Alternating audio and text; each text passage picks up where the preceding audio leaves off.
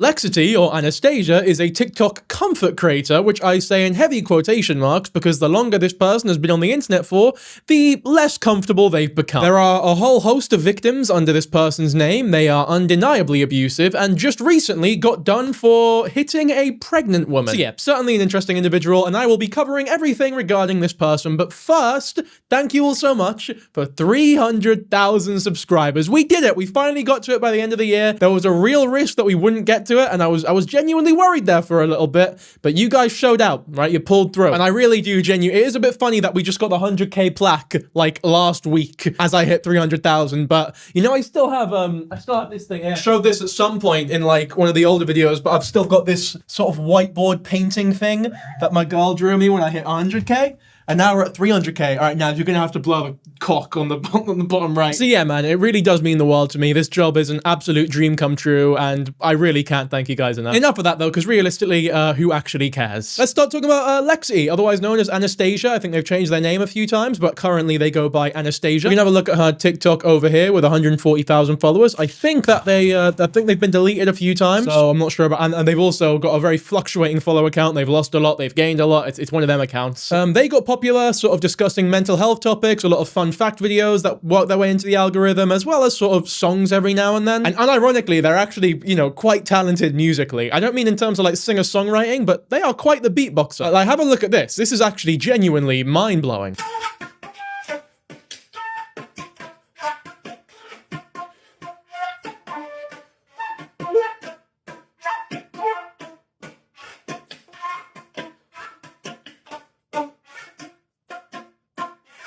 That's pretty cool. Like, I'm not even gonna cap. That's cool.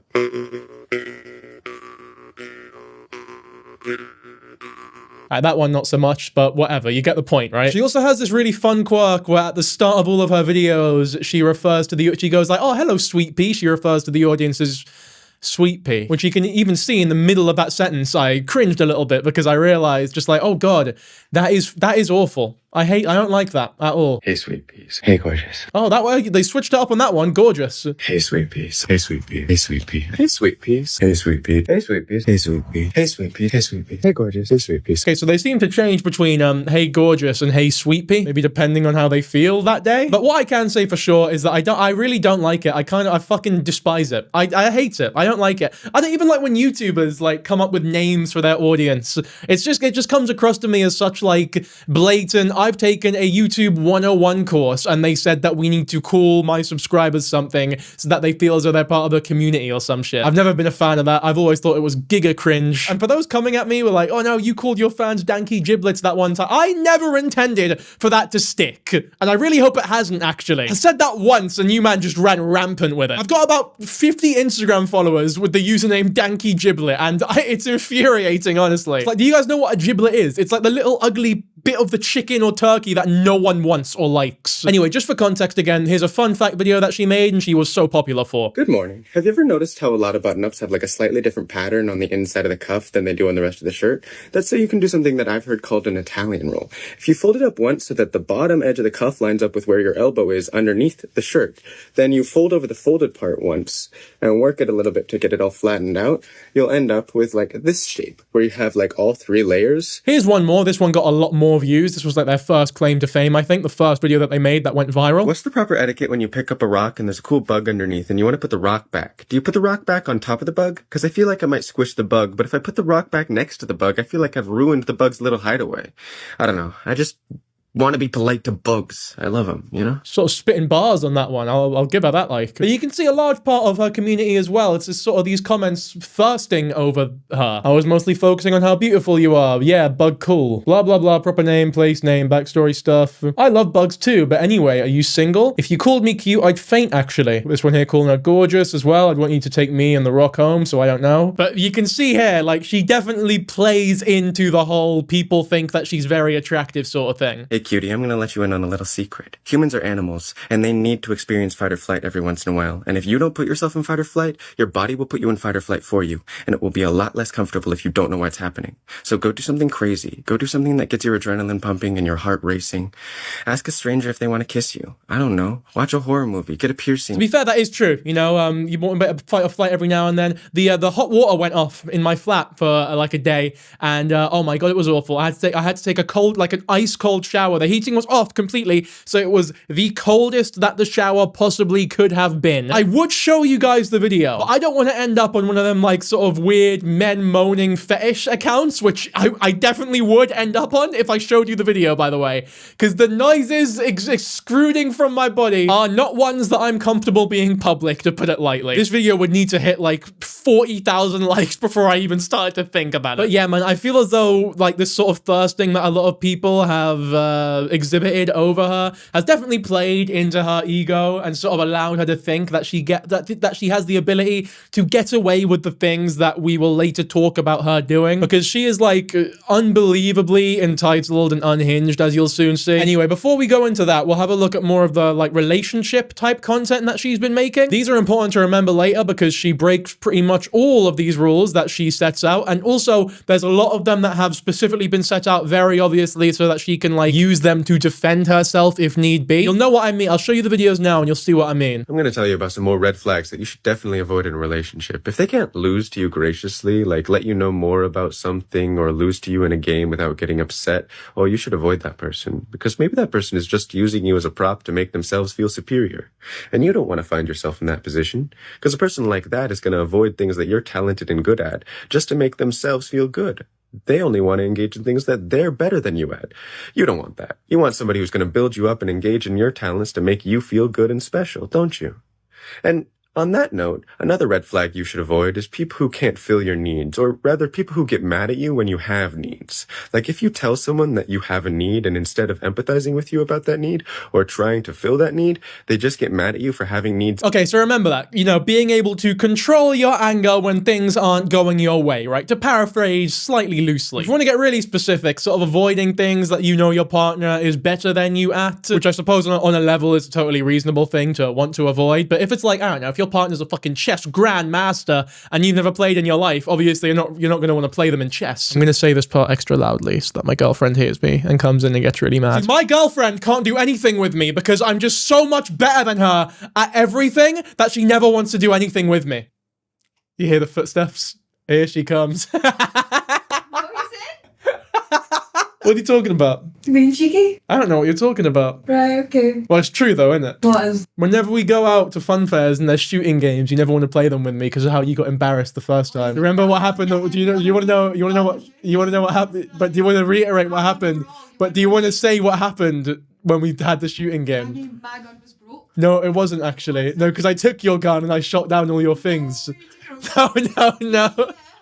I didn't miss one, and you missed all of them. I didn't miss one. Okay, well, do you see how our relationship is actually toxic? And according to Anastasia, it shouldn't be a thing. Like, there's a big red flag going on here from both our ends, actually. First of all, empathizing with someone you've hurt means feeling the way you made them feel. So you should be upset, and you should feel sad when you're apologizing to someone for hurting them. Also, an unsolicited apology means about 1,000,000 times more than an apology someone has to ask for. So if you really want to make amends, you should make the first move and take responsibility. That's true, I guess, like especially the last half. Like, when someone asks you to apologize or tells you that you need to do it, when you eventually do it, it means fuck all. Like, because you've been told you need to do it, it means nothing at that point. Or at the very least, it's like 80% less substantial. But with that first bit, I'm not sure I'm on that. Because it isn't possible to feel the way that you have made someone else feel. Like, I don't know, if some fucking white kid microaggresses against, like, you know, a black dude, as much as they might feel bad for it, they might feel some sympathy, they might feel regretful for what they did, they can't really empathize and feel the way that they made said person feel and apologize for that reason, right? And to claim that they could is equally as ignorant as whatever the microaggression was, probably more so, in fact. Yeah, I mean, it's just impossible to feel exactly how others feel. That's why the term empath is so fucking infuriating to me. I think empathy is a fine word if you play with it sort of fast and loose. Like, I understand loosely how you might feel because I've been in similar situations and that, but you cannot feel the exact exact feeling. It's just not possible. Whenever people claim that they can, or that they are like actual empaths, all it says to me is, I have a god complex and you need to stay away from me at all costs, because I will blame every bad behavior that I exhibit on my empath trait. I'm just making this video to remind myself why I'm breaking up with my partner. They told me that they wanted me to be a man, just a man. I'm omnigender, so I'm a man and a woman, but telling me that you want me to be just a man is wishing me to be someone I'm not, and that's really gross. They abandoned me when my tires got slashed, which was a hate crime, and I really needed their emotional support, but they broke up with me because they didn't want to wake up with me. I waited several hours for them to wake up, which I do every day because I sleep less than them. However, every day they tell me that I don't wait for them to wake up, and they get mad at me when I eventually wake them up because I have to exist in the space because I'm not just going to wait forever. What else? Oh, when my mother kicked me out of my house, they abandoned me. They broke up with me. They broke up with me because I asked for them to support me right before I was going on stage at an event where I was going to play flute boxing. And I wanted them to be there for me. And they chose to chop onions instead of doing that, despite the fact that the people they were working with were telling them that they would be willing to chop the onions for them and gave them every opportunity to leave. And I'm very upset about that because I had spent the entire day, well, actually several weeks supporting them in exactly what they needed to do. They broke up with me for, like, my mom kicking me out of my house. And then when their dog died, well, their dog died several days before that, actually. Our dog died several days before that. But they called me and were like, oh, so you just don't even care about me? You're just going to ignore me? And they bullied me into helping them through their loss while simultaneously giving me no emotional support through my problems because they're incredibly selfish and manipulative. And I should never get back together with them. And this is me telling you and myself. Okay, this is important as well because this is the start of an ongoing trend that will never end with this person. She has a habit of going over stories and retelling them in ways where she has never done anything wrong whatsoever, and the other party is completely guilty, which will be important later because she herself says that, like, stating things and explaining things like that is a huge red flag when one of her victims comes out and says similar things. Not even, actually. She was a lot more charitable now that I think about it, but we'll get onto that later, don't you worry. In terms of the ex that they're talking about here, though, yeah, maybe they were an arsehole, who fucking knows. We don't know much about this ex. There is a partner that we do know a little bit about, that we learn a little bit about, one that she visits regularly in, like, the caravan, I think, that she lives in, something like that. And that's a whole drama. It's a real big doozy, so stay tuned for that. That'll be the next topic we talk about after these relationship videos. This one here is pretty vital to understanding Anastasia. All emotions are actually equally valid, and that includes anger, actually. It's not like the one exception to the all emotions are valid rule. It's not any more or less abusive than any of the other emotions, like sadness. You can manipulate someone by crying at them or just being really, really sad and self-destructive around them, you know, just like you can by screaming at them. And why would one of these things be more inherently abusive than the other one? I would suppose because screaming is a lot more in your control. Obviously, there are times, if you have, certain mental illnesses like BPD, which I believe that Anastasia is actually diagnosed with, although on recent lives, she has said, no, she doesn't have BPD, but she has autism. But either which way, for sure, there are, certain mental illnesses or blockers or just,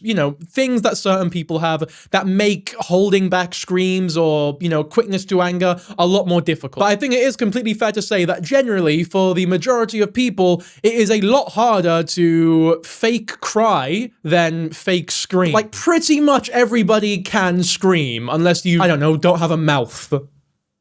It takes, genuine skill to be able to cry on command. I couldn't do it to save my fucking... I'd have to, punch myself in the face a few times. I could never be like, I'm gonna manipulate this person by crying or something, but I could, theoretically, manipulate someone by, screaming at the top of my fucking lungs, especially if I know that said person is just one of them people that sort of crumbles as soon as they get yelled at, which a lot of people are like that. They just start crying uncontrollably when people yell at them. Theoretically, just to be clear, theoretically, I wouldn't actually do that. Watch in 5 years, I'm gonna get exposed for some heinous shit and they're gonna use it. This clip's gonna look real bad if that happens, which it won't, of course.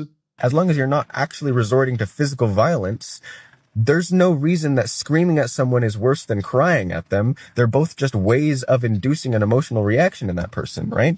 And if you're using that to coerce them, maybe it's the coercion that's the problem. Ignoring your emotions doesn't actually make them go away anyways. So if you feel angry, you need to express that anger in some way, or you're just gonna have it come out in ways that you're not prepared for and aren't even aware of, maybe. And that's way worse for everyone involved, I promise. Yeah, but that's not really an excuse to scream at your partner. There are healthier ways to let your anger out than fucking yelling at your partner. I think crying at your partner is undeniably healthier than yelling at them. And to act as though they're on the same level is just, it's ridiculous in my opinion. And the only reason, well, I say the only reason, one of the reasons why she is saying this is because she has a tendency, as we learn later, to scream. And I mean yell for hours on end at her partners, right? We see some of it in her lives, her TikToks, which we'll get into later, but her partners as well. Like, a large part of the abuse that she exhibits towards her partners is just yelling incessantly for hours over, realistically, fucking nothing. And a lot of the reactions in these partners is to cry, because having someone yell at you for hours on end, for many people, is quite a difficult experience, and it can lead to tears. So this video here is her trying to say, well, if I yell at you and you start crying, then we are equally as guilty as each other, in a way. I truly do believe that is what she is trying to get across here, but just, you know, saying it in a smoother way, where maybe she can sort of come back to this video later on and be like, see, I knew it, I knew they were manipulating me with their fucking tears. Shove anger down and pretend it doesn't exist. And when someone is angry, you can't just pretend like you don't have a part to play in that. Like, yeah, you might not want to change anything. They might be the one who is in the wrong in that situation, but you are definitely responsible. What? Sorry. This is like fucking victim blaming 101. Like, what is this? Just because you're being yelled at, it doesn't mean that you have a part to play in it or that you're responsible. That's like saying if someone cheats on you, you need to look back at your behavior and try to figure out what you did wrong to make them cheat on you. It's like, no, most of the time, in cheating at least, like, they're just a fucking arsehole. It's not your fault. If someone is getting abused, you should not be telling them that they are undeniably responsible for the abuse that they're getting. Maybe suggesting that looking back and trying to figure out where the red flags were and seeing where they could have sort of stepped out or behaved differently is completely fair enough, but to say that they are directly responsible for the abuse that they are enduring is insane. Especially for someone who talks about relationships and that for a fucking living, it seems. Like, they make so many of these, and they come across, well, they try to come across as like such a soft-hearted expert about it, but like, fuck me. What is this rhetoric that is being parroted here? When someone is crying because of you, like, yeah, they might be unreasonable and they might be manipulating you, but you still are responsible on some level for them crying. And if you care about that relationship, you need to address that responsibility, right? You ignoring someone being mad at you or ignoring someone being sad at you is you choosing to give up on that relationship. But what if the reason is so unbelievably petty that it does not even constitute like a level of responsibility? Like, I don't know, let's say you're in the house with your man and you drop a glass cup. The glass cup is like £2. It's not a big loss at all. It's just a couple minutes to clean up and you're fine and down. I say your man, but like, either gender could be equally as guilty of this. It doesn't really matter, right? Let's say your partner, after you dropping said glass, fucking yells at you for hours on end, like just incessant yelling, calling you the worst things in the fucking book. It's like, yeah, I suppose that there is a reason for them to be shouting. I suppose you have done something that in some sick and twisted way makes you responsible for their shouting. But like, if we're really being honest about this and looking at it in good faith, it's not your fucking fault, and they're the ones being unreasonable here. You are not to blame. In any healthy relationship, any healthy or decent person would go, you know, maybe be angry for like a split second, control themselves, realize, oh wait, this is nothing. Don't worry about it. Especially if you love that person, it's like, what the fuck is a couple minutes of cleanup and $2? Nothing. I think for most people, there wouldn't even be that little spurt of anger at the beginning. Definitely not with me. It'd be like, my partner's dropped things before. It's fuck all. It means nothing. This video is actually worrying though, because like, it feels to me as though she has been that person on the end of the abuser who has been yelling at someone, right? And she's making this video as like cope to be like, well, look, if you're being yelled at, it is your fault. Like, Toby, you did drop the glass. Like, you shouldn't have been so careless. Obviously, yeah, he shouldn't be yelling at you, but there is reason for him to do so. But I don't know, man. Maybe there's some sort of point being made here that I don't understand, but it sounds pretty fucking crazy to me. Like, I do believe this is dangerous rhetoric for a supposed relationship TikToker to be spreading. That is what you were doing. That is what you were doing. You need to either address those emotions or give up on the relationship. There's not really another choice. And there's no reason to say that anger's more abusive or less okay than sadness, right? Does that make sense? I really hope that does make sense. Like, you know, you need to feel angry too. Like, it will protect you when things are hurting you and you need to stand up for yourself and there's like shame or just like social pressures in the way. Anger is the thing that will push you past those barriers. Anger is the thing that will protect you. I promise you, you need to feel it sometimes. And I genuinely believe this pressure towards discouraging anger is oftentimes just a mechanism of allowing oppressors to oppress people, because if you're not angry, how are you gonna fucking fight your oppressors? How are you gonna change the world if you're not fucking angry about how fucked up it is right now? You should be angry. Fucking really unnerving video, especially near to the end of that point. It's like anger in a community or in like a marginalized people is totally different to anger in a one-on-one relationship. But in all aspects of life, anger is like a fire. It can either heat your house up or burn your house down. Like, you need to be able to control that shit. You can't just be fucking yelling at people willy-nilly. When you can control it though, and when it is like a healthy amount of anger, then yeah, it can be a decent tool to sort of propel your life forwards, or, you know, achieve your ambitions maybe. You just can't let it take you over. It's a fireplace. Or you could maybe describe it as a potent spice, like cumin. Cumin just makes the full madamas. It is the best dip in the world with a bit of cumin, but if you put too much, fucking horror. It's like anger, that. Don't let it spoil the dish. Let it make it. Don't let it burn your house down. Let it heat it on a cold winter's day. Sweet pea. So one of the hardest parts of letting go of my ex is that I know that they're going to build up this story in their head about how terrible of a person I am and how I was the cause of all the problems in our relationship. And I don't know, when I spent so much time and effort trying to help them grow, and I really do think that their main problem is that they never examine how they're the cause of the problems in their life. You know, they always put it on something or someone else instead of examining what they did to cause their problems. But now they're going to turn around and turn me into the bad guy, you know, shirk responsibility once again. And that really hurts, because like, as much as it hurts to lose them and have them not support me, it hurts even more to feel like a failure again. I want to hear the partner's perspective on all of this, to be honest with you. Like, when you're talking about how the partner is not going to accept responsibility and shift blame onto you, and then also say that you deserve to be held responsible if you're getting fucking abused. It's like, it doesn't paint the prettiest picture, in my opinion. I'm not making any accusations here regarding this relationship. The future ones, absolutely, but we have, you know, evidence of those ones. This one here is just a picture that looks a little bit shit. Like, they've dropped a bucket of brown paint on it. I feel like I've spent my entire life trying to help the people around me grow and accept how they've been part of the damage around them. Like, they've been part of the problem, even the majority of the problem some of the time, or maybe even a lot of the time. I don't know. I'm not one to judge that necessarily.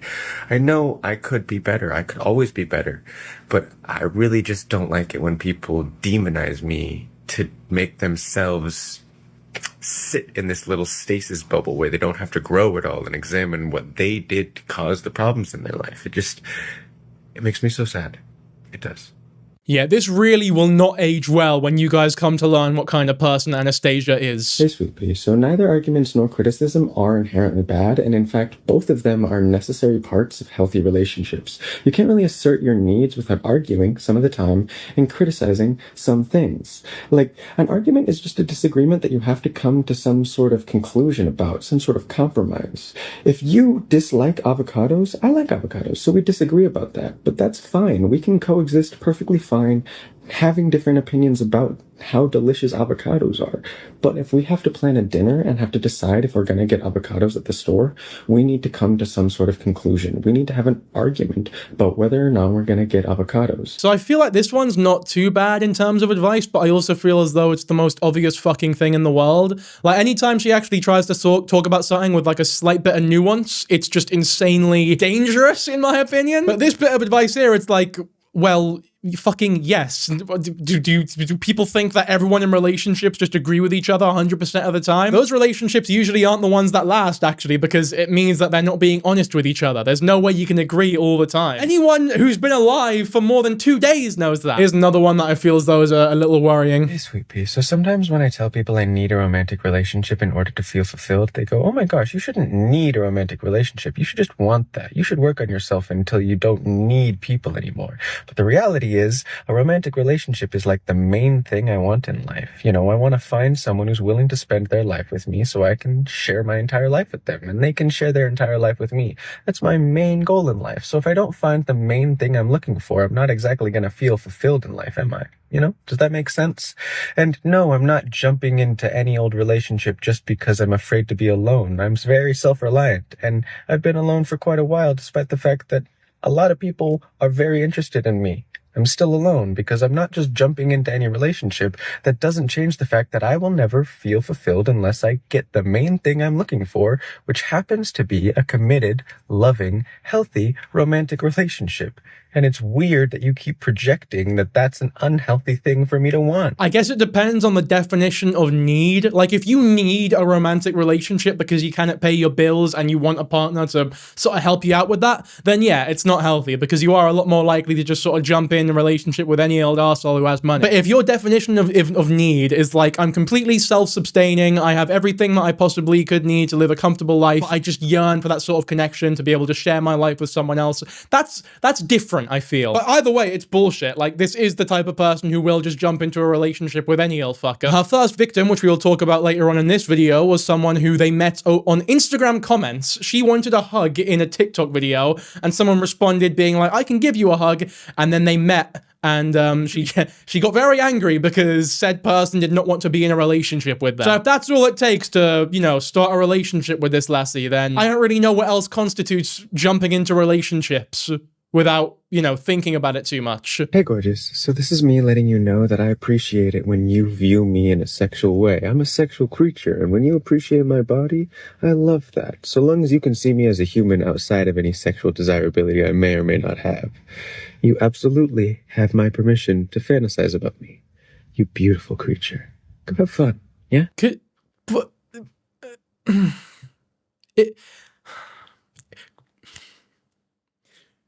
Could you fucking imagine if I made a video like this? I think I would lose 500,000 subscribers, and I'm only at 300. I would be the first channel to have negative subscribers. Got this great video here, by the way. I love you. Consent is hot. Bear that in mind, by the way. Consent being hot later on in the video. Bear that in mind. Okay, now, here's where the real sort of drama starts, right? It starts with her getting kicked out of her mother's house, which leads to her being homeless and sort of going from homeless to moving in with her partner in a caravan or something. It all makes sense when we get into it, but first, let's go over the details of why she was kicked out of said house. I used to live with her, or I did up until today, but today she kicked me out because the house was too messy for her, and she has OCD that she's been ignoring for years, so any amount of messy is too messy for her. Any history of people living there within recent memory is too messy for her, and I, you know, live in the house. Not to mention, we were a little sad about our dog dying, so I got a little depressed and maybe didn't clean as much as I should have. So just to be clear, she was gone for like 4 or 5 months and came back entitled with a vengeance, like, this is my fucking house, and if you dare exist in it, I'ma fucking be a bitch about it. So my mother broke into my room to yell at me at 10 in the morning before I had woken up. And I'm a 25-year-old, I'm sexually active, there was a person in my bed at the time, and yet she still broke into my room to yell at me. So I was, needless to say, very, very upset, and I screamed at her to get out of my room, which is very reasonable under the circumstances, frankly. And I screamed at her until she got out of my room. She then immediately called the cops and said that I made her fear for her life. Okay, first of all, why is she telling this story? She always does this, actually. She talks as though she's constantly reading a slam poem. Like, you're sat there like, oh, what's the rhyme gonna be? But there's never any rhyme. It's like she's just sort of speaking in prose, but poetic prose. In terms of this story in particular, I mean, if everything is as she says, then it's not exactly ideal, I suppose, but I highly doubt that everything is exactly as she is saying. You know, there are a lot of videos that we'll look at after this where she sort of retells. You know, she has a habit of sort of contradicting herself, which you will see in this video, and making things up and, you know, telling stories differently every time that she tells them in a way that sounds more convenient to her in that moment in time. So this one in particular, it's like she's sort of phrasing the mess as though it's not that really big a deal. It's whatever, right? But at the end of the day, you know, it is your mum's house, it is her house, and if the mess is fucking unbearable, then you are a 25-year-old and you should find your own place. Obviously, if the mess genuinely was like completely fine and there wasn't really anything going on, then kicking you out is a little scum, you know, from your mother for sure. I'm not not really going to say anything decisive in terms of that whole thing because I don't know. But, you know, by the end of this whole series of events, I hope that you sort of understand Anastasia the same way that I do, which is extremely untrustworthy. And it brings a lot of the stuff that she says about anything into question, especially when other people are the villains in her story, because every time she has done that I can tell, she has been the actual villain. Which is a trend, by the way, in anyone that tells stories where they're never the villain. Like, if everyone in your life is the villain, is the person who is doing wrong, and the only common denominator in all those stories is that you are involved with all those people, maybe, just maybe, you are the one constant here that is doing wrong. Not to say that they're all completely innocent, but neither are you. I mean, it's like you say, to be fair, clearly you are responsible for being kicked out. So look within yourself and see what you've done wrong for your mum to flip out on you and kick you out like that. See how it doesn't really work? Because I'd be willing to bet anything that you would say that you're not responsible for getting kicked out or whatever. I think you'd say that it's all on her. Which is ridiculous, frankly, unless you need to be in my room to live. I don't think I made you fear for your life. And frankly, if you break into my space, I don't feel bad about making you fear for your life. Do you know what happens when you corner an animal? Any animal. Yeah, like, I don't feel bad about protecting myself.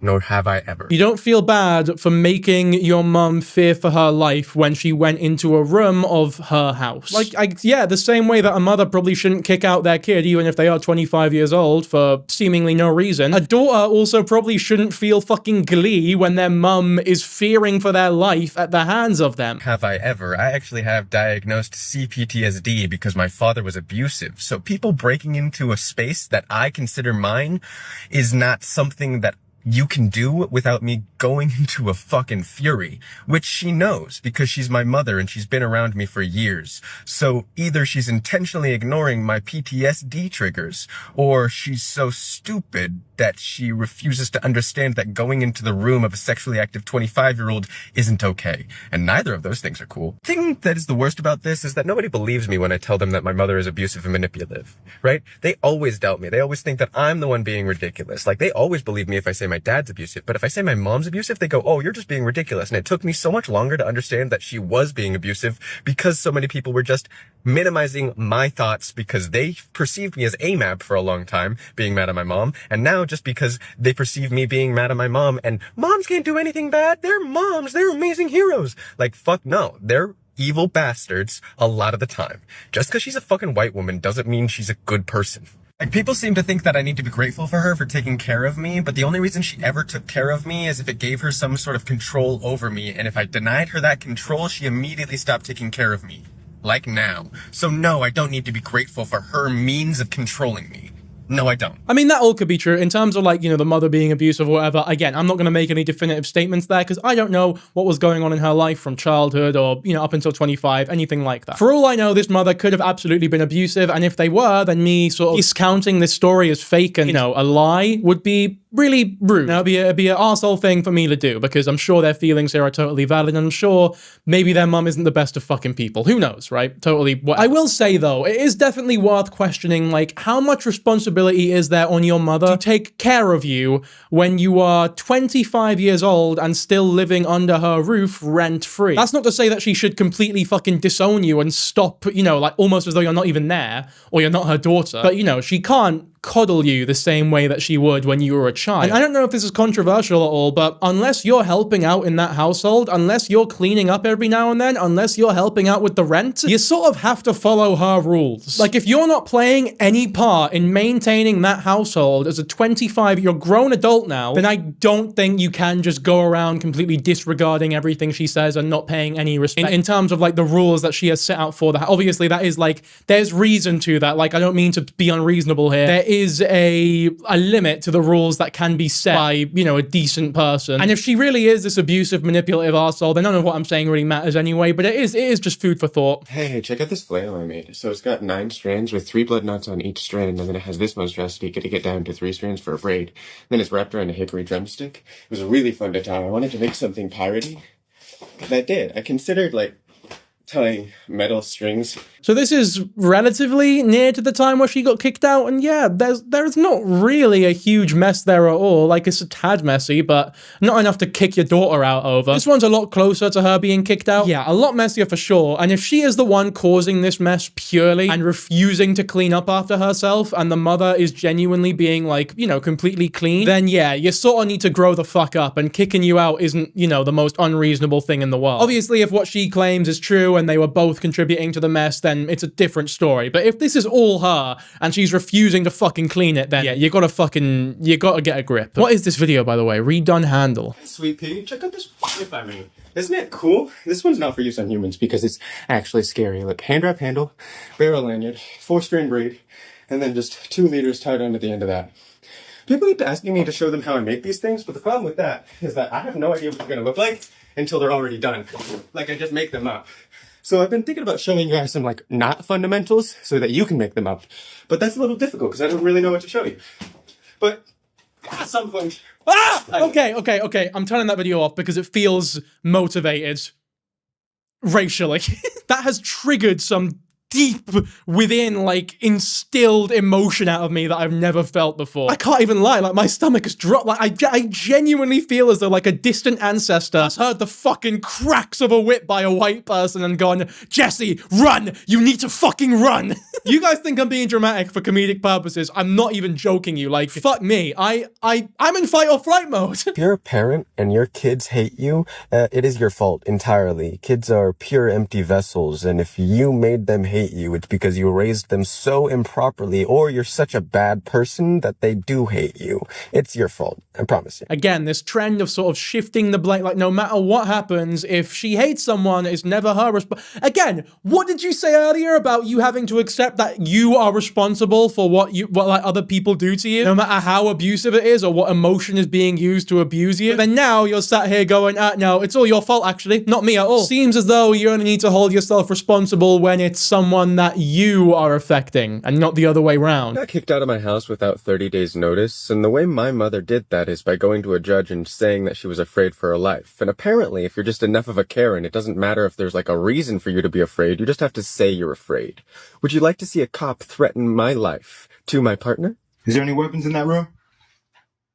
Nothing. I don't want to have to shoot anybody, but I will if I have to. That's fucking insane, to be fair to her. What the fuck is going on in America, like? That's so fucked up from the officer. Not even, like, knocking or anything, because my mother gave them permission, so they didn't need a warrant or anything at all. They just walked in, came up the stairs, pointed a gun at me, and told me I had 20 minutes to pack up everything I needed to go, and that I was never allowed to come back to my house, or at least not until I fought the restraining order in court. So now I have to go to court to fight a restraining order filled with lies about me, which is absolutely infuriating, because I don't even want to talk to my mom anymore. She's fully dead to me. I'm going no contact after this. She's abusive and she has ruined my entire childhood, and I'm not going to let her ruin my entire life. But I apparently still have to go to court and say that I want to be around her for some reason. Well, for the reason of just picking up my shit from the house that I used to live in. I don't know how true this is, though. Like, you definitely would, at the very least, should be allowed to get your stuff from your house. Like, I have heard stories from Americans who have been kicked out of their parents' house. Like, you know, the police get involved and everything like that, and the parents have gone, well, you can't fucking get anything from her, and the police are, well, it is their house. So as the kid, you can't go into the house if they don't want you to. And then the kid will go like, okay, but I need to get my wallet with my ID and stuff. And the parent will go like, no, it's my house, you can't. And the police officer will go like, no, they can get that. That is theirs. They need that. So I don't know how true everything being said here is. I mean, that video definitely does make me believe her a little bit more. I can't fucking lie. Like, that is fucking policeman. Crazy. What the fuck did the mum tell them on the phone? See, this adds a lot of validity, to be fair, because whatever the fuck the mum said to them, for them to come in that hostel, or maybe they're just fucking insane. Like, I genuinely have no idea here. That's why I'm not going to make any substantive claims. I hope you're having a lovely evening. I am safe. I am a little bit north of Coos Bay in Oregon. I drove all day. I think I kind of like the escape of driving. We'll have to make sure not to get too into that. I don't know if it's necessarily always the most productive thing to do, but I need to get over to Eugene, I think, because the thing that's most on my mind right now is I can't get my phone to charge properly. I think my car might need a new battery, and I need my phone to be charged because, well, TikTok and also accessing my bank accounts and contacting people is just like a whole can of worms I do not want to open, like not being able to charge my phone. Plus, if it is my battery that is the problem in my car, then I might end up on the side of the road with my car not working and my phone uncharged. And that would be, well, dangerous and uncomfortable. And I would very much not like to be in that situation. So we're going to drive over to Eugene and try and solve this problem as quick as possible. I love you. I hope you're having a wonderful, safe day. I am doing good. Okay, so this is the sort of start of the homeless arc. Obviously, they've been kicked out now. They've got this restraining order. They don't even want to see their fucking mum anyway, which is probably, to be honest, totally reasonable. Seems as though they're both very troubled people. Here's a wee update, though, on her living situation. She gets like a cheap motel room for a little bit, but it was at this time where, obviously, because of the lack of home that they have, they started visiting their partner very often, because their partner, obviously, has a place to stay. And this is where the infamous dog comes over every now and then to say hello. And, I think this is the first instance where she does some undeniably fucking manic and insane behaviors. Hey, sweet pea. So I'm not exactly sure what I'm supposed to do if a dog keeps choosing to come over here rather than be at its owners, because this dog, this big guy right here, really seems to love it here. Now, I can try and get him back to the neighbor's house where he comes from, but he certainly doesn't like going there. Seems a bit skinny, although he responds better to praise than food, which is, well, I don't know. Makes me like him, but is worrisome. If the owners come over here and try and take him back, well, he doesn't want to go with them. He seems to really dislike them, which I don't like. And I'm not trying to steal anyone's dog, nor am I trying to start problems with my neighbors. But I love this little guy, and I would not like to see him hurt, and he seems to like it. What do you think? For one, the dog doesn't look that skinny. Fair enough, it might not look the healthiest of weights, but it's not, you know, fucking famished or anything like that. Secondly, though, the door is fucking closed. How is the dog going to escape? Like, there is no escape route for him or her. But shit goes south here very, very quickly, because we learn that she is one of those people who thinks they have this special connection with nature and wildlife and animals, and that anyone else who surrounds this animal is just scaring them and doesn't know what they're doing. She, and she alone, knows how to feed and talk and act around dogs and sheep and cattle. I never really got closure with any of my dogs. Like, the first dog I lost was named Flash, and he assaulted a child. You know, aggressive dog, well, reactive dog, and that was a very traumatic memory for me. But he also had to be put down, and nobody really warned me that that was what was going to happen, and I didn't get to say goodbye to him. So I didn't really get any closure there. And then after that, our family dog, Shadow, who was like my only emotional support at the time, because he was the only one who I felt like I could be fully honest with, ended up just like wandering off and dying or being put down. I'm not sure, but he just disappeared one day. And then later my dad told me that he died probably. And I never got closure there either. Then we had Dakota, which was my sister's dog, but then my sister like ended up not taking care of him. So he became my dad's dog, but my dad's super unempathetic. So I was playing with him most of the time. This is when I was in high school. So he was kind of my dog, but not really my dog. But then when I left my dad's house, because my dad was abusive, so I left there in a hurry, I never really got to say goodbye to that dog. And I would have liked to. I loved that dog. I've never really gotten closure with any of the important dogs in my life. And recently there was this dog that kept coming over to the property I was staying at and saying hi and loving on me. And it was this beautiful, sweet dog with snowy white eyes and, you know, like gray on brown fur. It was gorgeous. And it just wanted love. And I love that dog. And I have been having a hard time feeling any sort of emotional attachment to dogs for many years because I just get hurt when I do get attached to dogs. And this was like the first dog where I was like, maybe I will get attached to it. And I was trying not to get attached to it because it wasn't my dog. It was the neighbor's dog. But the neighbor seemed to be neglecting it.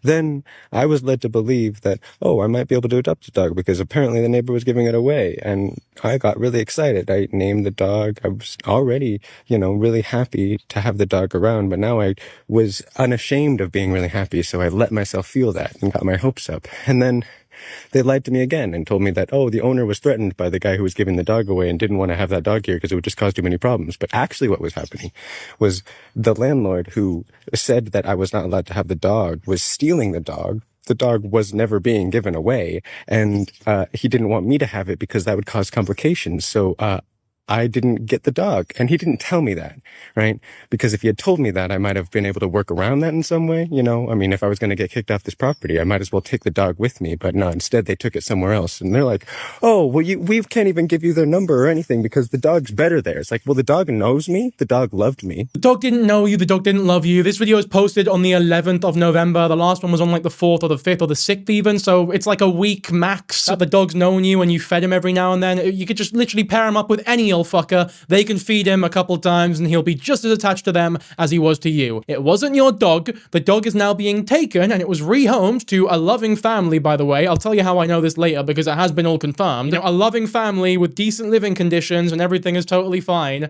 And you're sat there complaining about it because the dog didn't end up with you when you are homeless. It's like, how much can you actually love this dog when you are insisting so brazenly that you should be the one to keep it after feeding it like, what, 5 fucking times and claiming that it's completely infatuated and loves you? It doesn't love. I'm sorry. It's a fucking dog. They love everyone most of the time. Like, this is pure narcissistic insanity from you. You met the dog, you petted it for a couple days, just deal with the fact that someone else who is in a better place can have it. If you really love the dog, then you'd be happy knowing that it was in a good place. It's just one of them situations where I get it, I understand why you're sad. It's totally fine to be sad or disappointed, but to this level, you gotta get a grip, man. You don't even know the half of what Anastasia did, by the way, when she found out she wasn't getting this dog. We'll get into that now. Hey, sweet pea. So I've had a bit of a rough day. Rough couple days, actually. Doesn't seem like I can get anything that I like. Well, I don't know. Maybe I made a deal with the devil at some point, because I'm successful in a lot of ways recently, and deeply unhappy. Like, I am so unsupported emotionally in my personal life right now. I was showing a dog earlier in a video that, like, my neighbor wasn't taking care of and kept coming over here. I was then talking to some people around here, and I found out that, like, that dog was up for rehoming. Like, they were looking to rehome that dog, and I got my hopes about adopting that dog, because it would be really nice to have something there for me right now. I got kicked out of my house. I'm not doing good. I'm not doing good. I'm not doing good. But my landlord, I'm not gonna let me have that dog specifically because the person who's trying to rehome that dog threatened his life, and, you know, he's gonna take the loudest one's side because that's the way it always works. And everyone who lives here is cool with having the dog here. Some of them even want the dog here. Like Steve, this other guy who lives here, wanted the dog here, and the landlord told him no too. The landlord doesn't even live here. This video was a day after that dog video initially. Or on the same day, even. She said she showed the vid earlier. Like, what, in that day or the day before? It definitely wasn't a long... It's even shorter the amount of time. It wasn't even a week. It was like 3 days max. Anyway, here's where shit gets, crazy. Here's where you start to understand why I am so unsympathetic towards her. Have a look at this reaction here. I'm back at the place I used to live, and someone here is trying to gaslight me into thinking that the problem with why I lost the dog was that I didn't make it clear enough that I wanted Apollo in my life.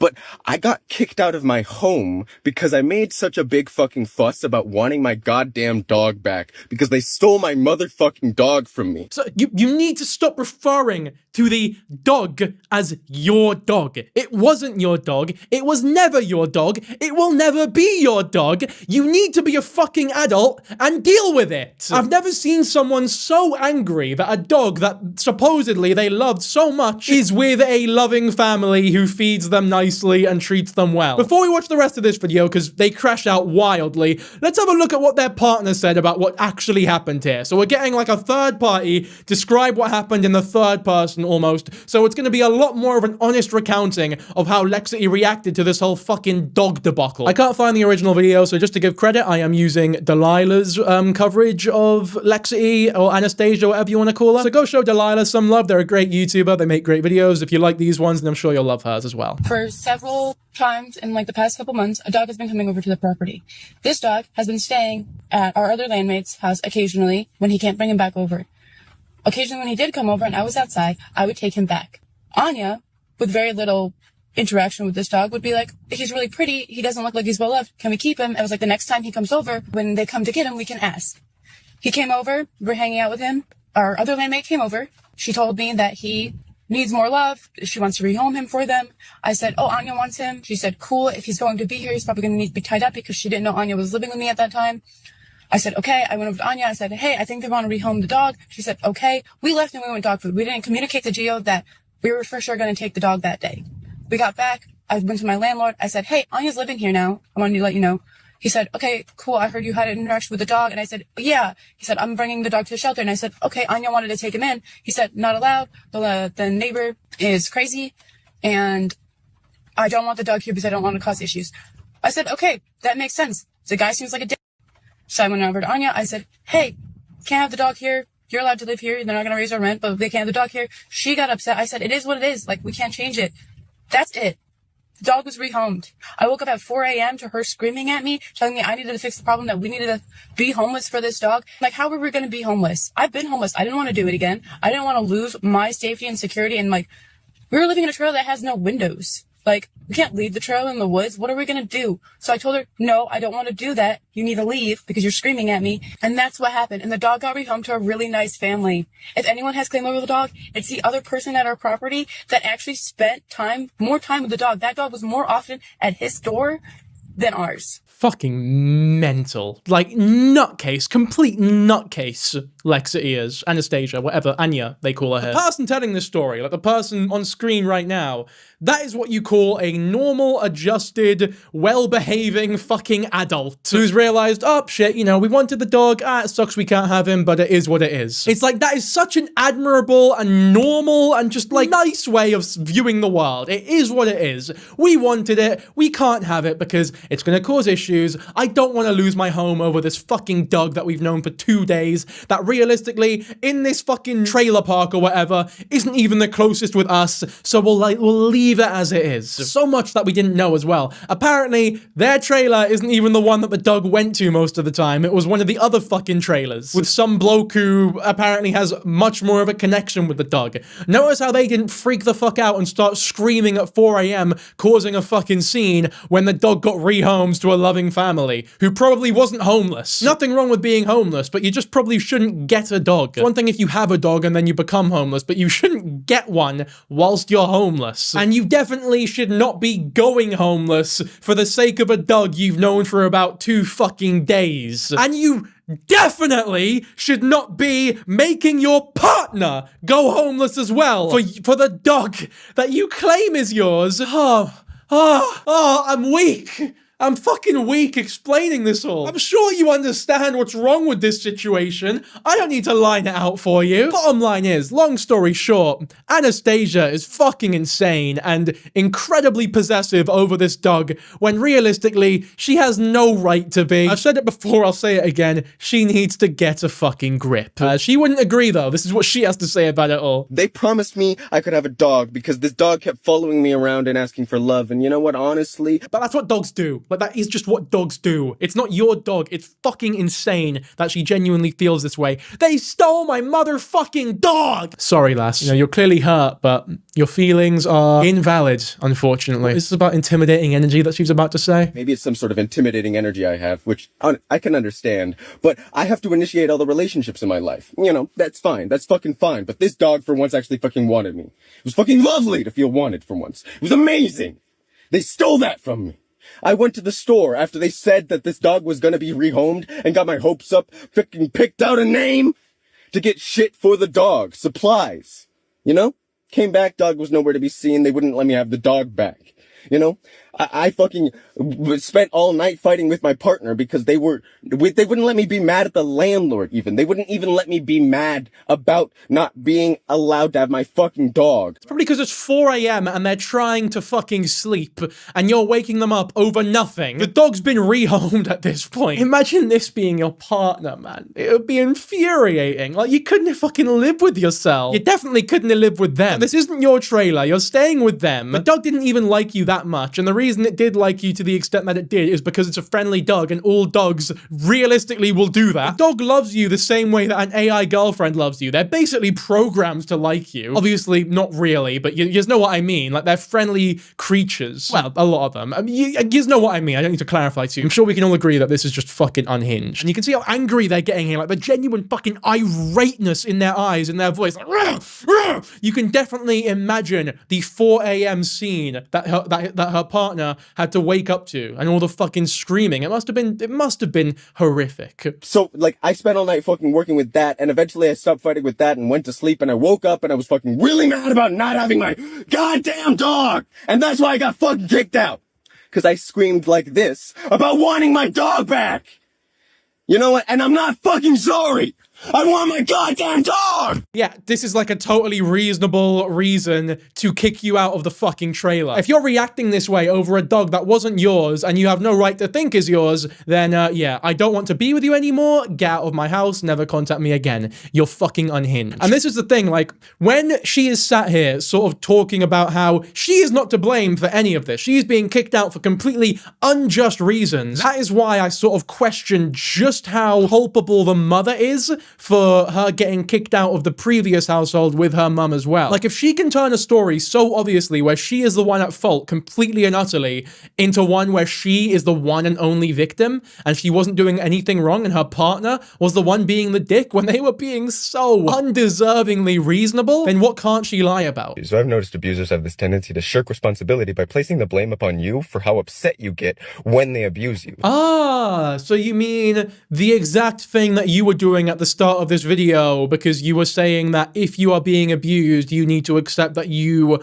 are partially responsible for it. But then all of a sudden, when people do that exact thing to you, it's like a horrible victim blamey thing that no one should ever do. Interesting, that. Stole my dog. And someone stole my dog. Fuck me. This is like crazy. This is genuinely fucking insane. not only are they blaming me for being too upset about them stealing my dog, but they're also saying that the problem is I didn't communicate. I wanted Apollo in my life, but it cannot be both. It literally cannot be both. Either I am too upset, or I didn't communicate. I wanted Apollo in my life. Or there's some magical fucking sweet spot that everyone has to hit where they're the right amount of upset to communicate that they want something, but not too upset to communicate that it's too important for it to be given to them. Like, fuck you. Apollo is important to me. You stole my goddamn dog. And if you wouldn't be this upset about someone stealing your dog, you don't fucking love your dog. And if you can't listen to someone because of the way they say something, you're a bad person who just wants to do whatever the fuck you want. Because someone's tone can always be slightly fucking wrong. How about you have a fucking little bit of fucking empathy and realize that maybe I'm goddamn angry because you fucked up. Maybe I'm angry because you did a really bad thing. And when you do bad things to people, they tend to not take them well. And making you feel comfy and cozy is not exactly my highest fucking priority right now. So as much as I'd love to communicate everything in a perfectly healthy way, I'm not super concerned with making you feel fucking great after you stole my goddamn dog. Maybe that should be the issue. Yeah, sorry, Anastasia, but you're a total unhinged fucking freakish arsehole. Like, this is insane. I keep using the same words here because there aren't enough words in the fucking English language, in the lexicon, to describe how utterly enigmatic they are being. It's disgusting. No, it really is. It is disgusting. Just like, for her to act like this is grim. Like, there isn't really any justifying it. They're completely delusional. Completely delusional. And it's come at the expense of pretty much everyone in their life, including their partner, who was letting them live with her. And it's this inability to see at any point where they fucked up, where they have maybe got a bit too over-hopeful, where they didn't really have their expectations set realistically.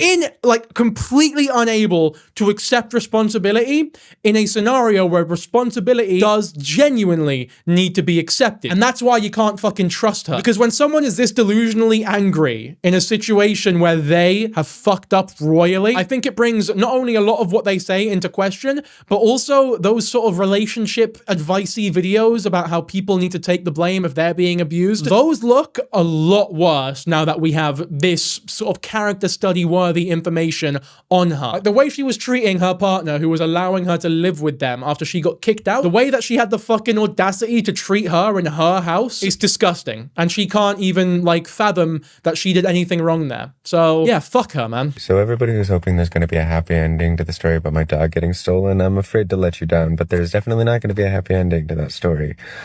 The person who stole my dog, I'm not going to give the dog back. Everyone at the property refuses to acknowledge that I have any right to claim that as my dog. Because you don't have any right to claim it as your dog. Both morally, legally, anything. It's not your dog. I mean, look at where you live right now. You live in a car. Like, why are you so... The dog will be living in a car. It's not nice, man.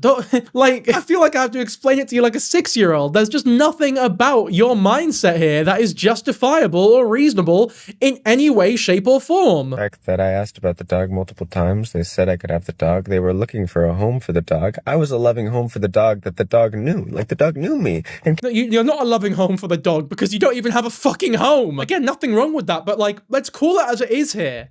Look at where you are. Look at where you live. coming over to where I lived to say hi to me and refused to go back home, you know? Like, where I was its home, but, you know, I have no ownership. Yeah, because you kept closing the fucking door. The dog was more interested. The dog went over to one of your other neighbors way more often than they went over to you. So why do you feel as though you have the right to feel this special connection with them that warrants you having to keep it? And they say, oh, well, other people in the property had ownership over the dog, except for the fact that they didn't claim ownership over the dog. They didn't name the dog. They didn't spend a bunch of money on supplies for taking care of the dog. You know, the dog was just at the property, at my house, you know? Outside of my bedroom. It wasn't even your house or your bedroom, it was your partner's. I think they have a real issue with claiming things as their own when they have no right to. If it was your house, you couldn't have got kicked out of it. It was my dog. Okay? Just because you can't handle the idea that you stole someone's dog because you're a dog person and that's a terrible thing to do doesn't mean you didn't fucking steal my dog. You stole my fucking dog. You stole my dog. And yeah, I know that would make you feel like a terrible person. You are a terrible person. But the problem is I don't really know what to do from here. They're a landlord. They probably wouldn't give a fuck anyway, to be fair. I consider doxing the person who stole my dog, you know? Whoa! This just gets like, the twists and turns are unpredictable and confusing. Name and address and everything, but I really just think that would lead to violence and not a solution. Like, I don't think they could get my dog back, and I don't want... This astute observation there, to be fair. Oh, maybe leaking their name and address would lead to problems. Well, at least you're not completely fucking brain dead. That would have been really bad. people to just get hurt for no reason. I considered it if it would get my dog back, but it wouldn't, because the person who stole my dog doesn't have the dog anymore, and I don't know where the people who have the dog are, but frankly, they didn't steal my dog. They just got a fucking lovely, sweet dog in their lives, and now Apollo's been there for a fucking couple days, like a while, more than a couple days, like a couple weeks, 2 weeks, less than 2 weeks, but still, he's not fucking Apollo anymore, you know? He's whoever they named him. And like, yeah, I only had him for a couple days, for a few weeks, but like he was coming around for a while. And you know what? If you had a baby for 3 days and it was kidnapped. No, don't even go there. Don't even fucking go there. Like, you are just so, I don't know what words to use. Dumb. Dumb's a bit of a dumb word, to be fair. But they are acting dumb. Just a bad person. Do like Rowley in Diary of a Wimpy Kid. You're a bad person. Don't come to my house. Just like that realization of like, oh my, holy, the fuck are you? You suck. And it's even worse when videos like this start popping up, by the way. So dogs are opportunistic omnivores, which means they eat pretty much any food they can get their hands on, including rotting fruit. And alcohol is naturally occurring in rotting fruit, which means dogs definitely are exposed to alcohol in the wild on a regular basis. They absolutely can consent to drinking alcohol, and a lot of dogs even very much like alcohol. If they go out and find rotting fruit and eat that because they enjoy alcohol, that's them consenting to drinking alcohol. And if you spill an alcoholic beverage and a dog laps up that alcoholic beverage, regardless of if humans are trying to get that dog to do that, and even perhaps in spite of humans trying to stop that dog from drinking that beer that you've spilled. Yeah, I mean, need to remind you, if there wasn't already enough reason for them to not be able to have ownership over this fucking dog, then there you have it, I guess. Dogs eating rotting fruit in the wild cannot be equated to them having a fucking pint of Guinness. There's alcohol in toothpaste as well. Does that mean that my 2-year-old niece is able to go pub on Sunday? Does that mean that every Muslim who doesn't drink is now consenting to drinking alcohol because they brush their teeth? But that's not even the point here. The point, yes, the dog is technically consenting to drinking alcohol because it is trying to drink the alcohol, but a child can technically consent to, you know, adult activities. They can say, yes, I would like to partake in this activity, but that doesn't mean that they can consent to it, if that makes sense. Of course it makes sense. You're not a fucking creep. It's the same thing with dogs and alcohol. alcohol. Like, yeah, they can drink it. They can consent to it. But if you're a responsible dog owner in any way, shape, or form, you're not gonna fucking let them drink the alcohol because they will die. I'm sure if you put a bar of chocolate in front of the dog, it'd probably eat that as well. It doesn't mean that you should do it. Prince, every time I get ice cream out, my cat Prince, I'll get him out now. He's meowing like a motherfucker. Every time I get a pint of ice cream out, I had to lower my voice now because I don't want to hurt him. But every time I get a pint of ice cream out, Prince begs for it. He laps it up. He loves that shit. But I can't give it to him because if I give Prince ice cream, he will shit himself. He'll have awful diarrhea all over me and all over the house and probably die at an earlier age because of his lactose intolerance. It's not a good thing. So as much as he can consent to it, it doesn't really fucking matter. By the way, PSA, don't feed your dogs fucking alcohol. Is alcohol bad for dogs? Yes, absolutely. It's also bad for humans and pretty much every other animal.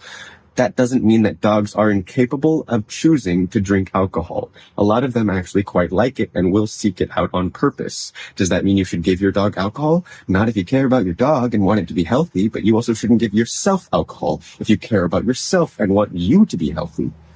Yes? Yes. And no, dogs can't consent when humans are involved because there's inherently a power dynamic between dogs and humans that makes a human giving a dog something coercive. But dogs can consent to making dangerous choices when humans aren't there, and they do regularly. And if you have a problem with that, that's because you're infantilizing dogs.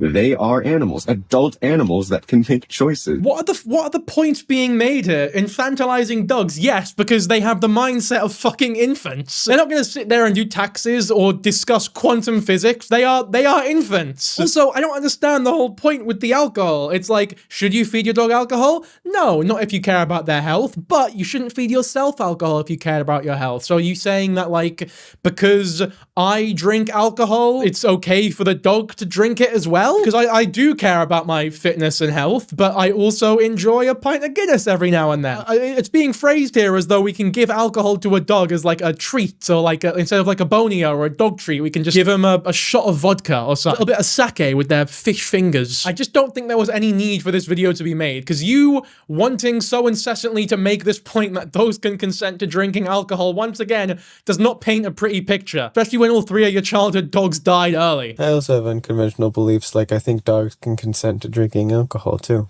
or consent to doing a whole bunch of things that people don't think they can, like, you know, dangerous things mostly. Like, I don't know, dogs are like able to like choose their own lives. If they want to do something dangerous, that's their life, you know? You can't give a dog alcohol? Yeah, you can, actually. You totally can. You can't legally, surely. Like, that counts as animal abuse because it's fucking horrible for the dog. It's like, I can go outside and punch the nearest bloke I can find in the dick. I can do that. But when someone says that I can't do that, I know what they mean by that. And so do you, and so does anyone looking at this in good faith. When someone says you can't feed your dog alcohol, your response should be, fair enough. Not, well, actually, technically, well, maybe, because it sounds like at that point you're trying to justify giving the dog alcohol. I don't understand why this is a hill that you're so willing to die on. What are you talking about? Why would you think you can't? Yeah, dogs love beer. Dogs love beer. Do they? Do dogs love beer? I wouldn't know because I'm not a fucking freak. Getting mixed answers. I guess maybe some might enjoy it slightly, but they're not gonna fucking down a pint, are they? I would suspect that most dogs probably wouldn't even like beer. How do you know that they like it? What have you been doing to your dogs? Like, the fact you're saying it with so much confidence honestly worries me. Please don't give dogs alcohol. Why? Because you don't want them to enjoy their lives? What? Okay, you're a sick fucking freak. Thank fuck you didn't get this dog, by the way. When you said you bought it supplies, what exactly did you mean by that? A bottle of Glens? Some fucking Jack Daniels? Are those the supplies that you're talking about? They can consent to it. Like, you can, but they don't really understand it. You know who else doesn't? 21-year-olds. Or 22-year-olds. You know who else doesn't, Antique Strawberry? Anybody who hasn't drunk alcohol before. It's poison for humans, it's poison for pets. Yeah, I know, but humans get to choose theirs. And humans get to choose it if they want to. Hey, you give horses beer? Of course you do. Example, Brian the dog from Family Guy? Yeah, exactly. Dogs can't speak? I don't care. Dogs don't need to speak to be able to consent to drinking beer. You put the beer on the ground and the dog drinks the beer. The dog consented to drinking the beer. I didn't make the dog drink the beer. I spilled the beer. Hell. If chocolate, that is a fucking false equivalency. Like, that's not how any class of drugs work. Go learn any pharmacology. Chocolate kills dogs because they lack the ability to process theobromine, so large amounts of theobromine build up in their system and cause them to have a hypertensive crisis. No, it is present in the case of alcohol. It is. Dogs cannot drink alcohol because they are small. In the same way they cannot eat chocolate because they are small. In the same way they can't, they can't eat sodium, large amounts of sodium because they are small. Horses probably have a better time drinking alcohol because they're so big. Doesn't mean you should feed your horse alcohol, by the way, just to be clear. I'm just saying that they probably have an easier time consuming it. Pour alcohol in a fish tank, oh, they're fucked. No, I wouldn't give a dog chocolate or an onion. Do you understand how catastrophically different that is? Also, do you understand that dogs don't actually choose to drink themselves to death? And the world kept spinning, and it did. I mean, the weirdest part to me is that, she's so actively trying to fucking prove this point. It's like, why do you care so much about proving people wrong in terms of them saying that dogs can't consent to drinking alcohol? Why do you care so much? It's very worrying. And the fact that you know so confidently that they will enjoy it, again, fucking paints a bad picture. Anyway, let's have a look at her wish list, because she had a wish list while she was homeless. Bear in mind, this is a wish list of things that she is asking to be donated to her because of her homelessness. So you're thinking, right, fair enough, maybe some fur, keep her warm or whatever, a camera, maybe to make some money filming the vlogs, I guess. A little bit excessive for homelessness. Maybe you'd want something a bit more essential, but fine, you can excuse it a little bit. Music, I suppose they like to express themselves musically, but those are fucking expensive, like. And here's where shit gets crazy. These are gonna have to be blurred, like spreader bar, BDSM, creature cocks. You've got all this sex toys stuff, you got this fucking lube over here, and then you've just got massive fucking cocks. This one's $100. You can get a dick for $100. I think this is a penis pump over here as well. I've seen one of them used in passing, by the way. It was fucking horrific. It was terrifying, but also oddly hypnotic. Got like cock rings and chastity cages and strokers and shit. It's like, what is going on here? You're homeless. This is not necessary for someone who is homeless. This is the last video that they posted last year, and there was like a big hiatus after this video. I'm living out of a Jetta, which is like a tiny car, so it's not exactly super comfortable because I have to figure out where I'm going to sleep every night, which is very stressful and doesn't leave me a lot of free time to do anything else, like make content. So if you'd like to help me make content, I'm trying to afford a van, and you could go over to a GoFundMe I've started and give me a couple dollars so that I could afford a van more easily. I've set the GoFundMe at $15,000, which is a lot of money, but there's a lot of people following me now, so maybe that's not too big of a dream, and I want to apologize for dreaming big. Regardless of if you can't give or don't want to give, I love you still. The reason I want to show this is how fucking insane the caption is. I figured I should post something here. The goal was raised to 30K because people have been incredibly generous, and I'm unbelievably thankful. Who the fuck are these people donating tens of thousands of dollars to this lassie? Like, who are these crazy people, man? I mean, good for her, I guess. It's just, I really do wish that she was actually doing good things, or it was going to someone who was a decent person. Because again, what we've gone over so far really is nothing, by the way. Like, it gets so much worse. So this is the start of an abusive situation between her and another girl named Marcella. Remember earlier when I said that she put a video asking for a hug and someone responded? This is that situation. So here is the initial video. Sometimes when people ask you to hang out, it's because they fucking need someone, and I have known alone for so goddamn long, everybody just fucking stares at me, and most people don't like me because I'm trans and punk, and nobody fucking wants to be around me. I need someone in my life who will just spend fucking 10 minutes to give me a hug. Ever! God damn. I am so, I can't do this. I can't do this. And you can see the caption there. If you're in Southern Oregon and will give me a hug right now, hit me up. I will drive to you. I feel fucking cursed. Somebody please show up to me. Incredibly strange parasocial behavior. You do not talk to your followers like that. Like, if I did something like this, I would rightfully be cancelled like that. If I was like, hey, people of Glasgow, I will drive to you. Give me your address. I just want a hug. That's fucked up, man. You cannot do that to your fans or viewers. I don't like calling you fans. It's weird. And you can see in the responses here, by the way, maybe don't manipulate and hit women. You might have had better luck making friends. I hope this helped. Hey, so maybe it's not because you're trans and it's actually because you like to assault pregnant women. Hope this helps. So obviously, this is all in reference to the thing that I mentioned at the start of this video, to where Lexity, Anastasia, whatever you want to call her, was caught hitting a pregnant woman. Like, straight up just assault of a pregnant woman. And that is something we will get into, don't you worry, but there's just so much to talk about regarding this person. But either way, that was all, like, those comments are from a week ago. The video was 48 weeks ago, so their reputation was nowhere near as in tatters as it is now. As much as the dog thing might not have been great for her,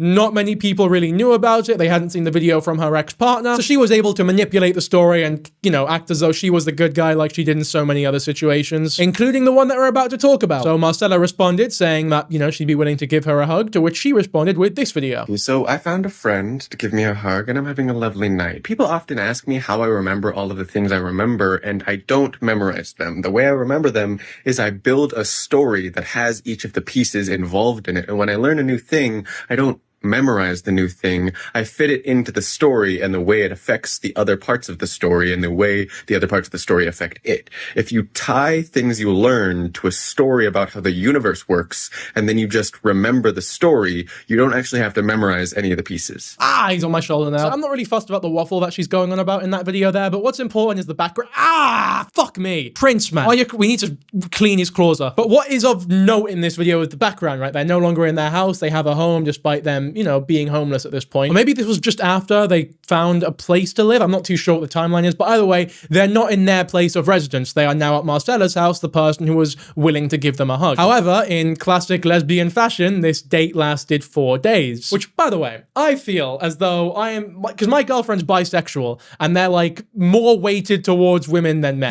They like exclusively dated women before they dated me. And when we met, I got the authentic lesbian experience because our first date was fucking like, it was like a week long. So all the lesbians watching this channel, I feel you. And I enjoy your dating strategy as long as it's with the right person, because otherwise I assume it's a fucking nightmare. You know, you don't waste time, and I respect that. Here's a fit check that she made in Marcella's bedroom. Thought I'd just show off my outfit today because I thought I looked like a particularly elegant lesbian, which is something that I do indeed love looking like. Because, well, I mean, doesn't everybody love looking like what they are?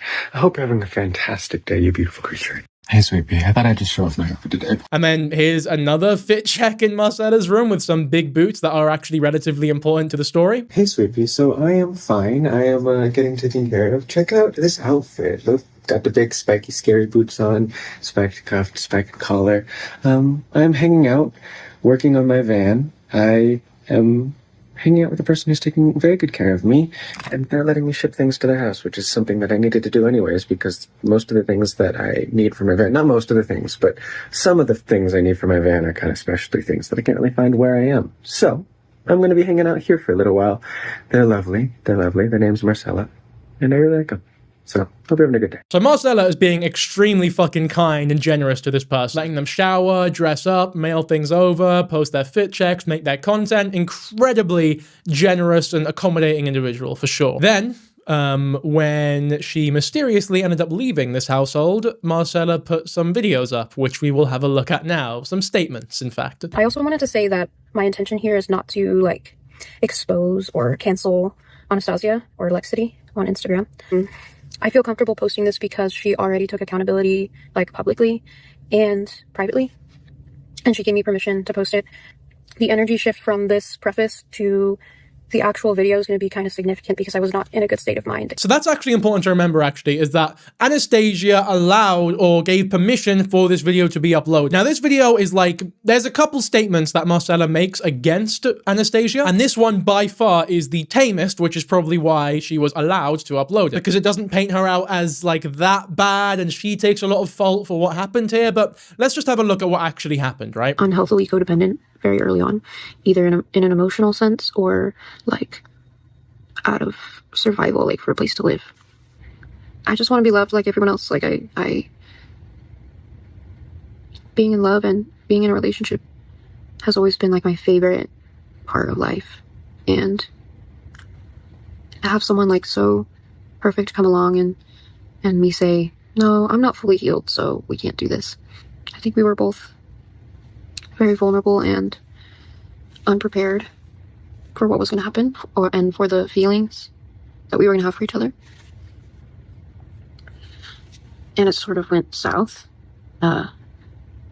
like partially my fault. So I'm not playing the whole thing, of course, but just to set the scene a little from what she's saying there. She was a fan of hers primarily because she thought she was really pretty. So, of course, you can completely understand why, after learning that they live so close together, she would be the one to say, yeah, I'll have a hug with you, it's no problem. She drives over, she's fucking loving it, they're sort of hitting it off, as she says there. She is aware of the power dynamic, like she knows that it is a thing that is happening. She's trying to sort of bear that and keep that in mind as the relationship, I guess, blossoms. But overall, I suppose everything just seems valid and structured enough to where it isn't really a big deal, and they can carry on for the time being. Things start to go south, however, and she says it was partially her fault, right? So she is taking some responsibility. It's very interesting to see where things go, though, so I'll let it play out, right? Too intense.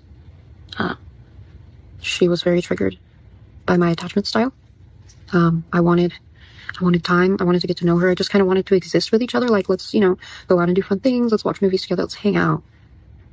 Let's not become so, crazy attached right from the beginning. Let's build this slowly so that I don't crash and burn. And so you don't crash and burn. But that was, very triggering to them.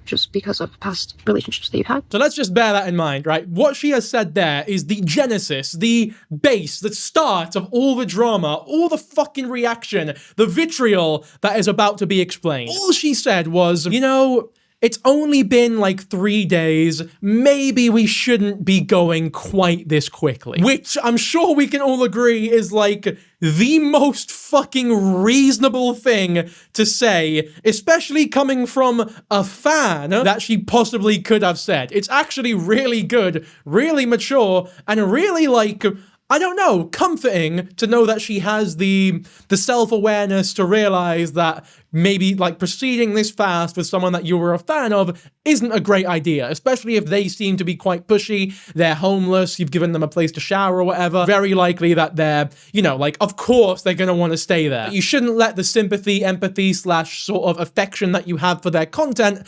affect your, mindset towards them as a partner or wanting to keep them around. You are not responsible for their happiness or their life. If you do not want to fucking wife them up after a week, that is totally within your rights and probably the right move to make, actually. How does she react to this completely reasonable fucking request? Well, I'm sure after everything that we know about her, like a completely normal adult would, right? We're very conflicting, and we were very triggering to each other.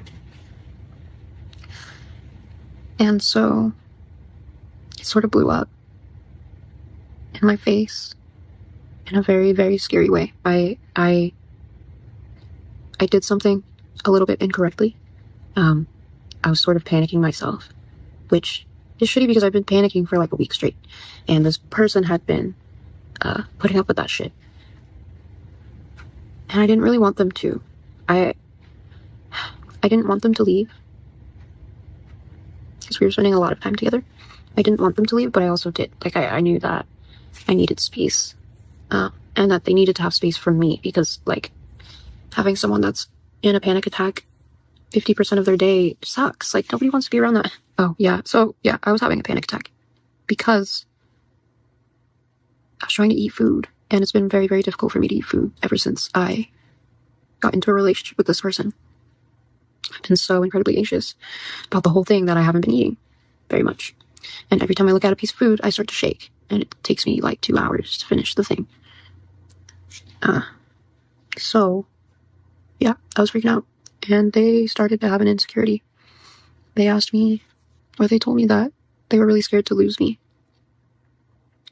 And asked me what my fear was. Yeah, she does that a lot, doesn't she? She meets people, she knows them for about a day or two, she does this to fucking dogs even, and then she freaks out at the thought of them going away. It's no, lass, you seriously, and this is the best advice I could ever give you, you need to get a grip. The dog isn't yours. This lady here, Marcella, is not yours either. You've known each other for 2 days. They very nicely let you into their house when they didn't have to at all. They've let you shower. They've let you do fucking everything that you want to do. Them saying, maybe we should take some time apart and not jump straight into a relationship, isn't even you necessarily losing them. It's just them saying, maybe I'm not ready for you to live here quite yet. It's been 4 days. I can't even eat food properly. I would appreciate just a little bit of time apart. It's so blindingly reasonable. I can't fucking believe how she's even taking a little bit of blame for it. But obviously I understand, she has just come out of this situation. It's a very confusing situation. She seems to be very confused. Her emotions are fucking out of whack here. She was so hung up that she couldn't even eat food properly. Like, of course, she isn't really thinking straight. And she's about to detail the undeniable abuse that she had to endure at the hands of Anastasia. And of course, a lot of people, after they've been abused, don't realize just how abusive that person was and seem to take a lot of fault for it, when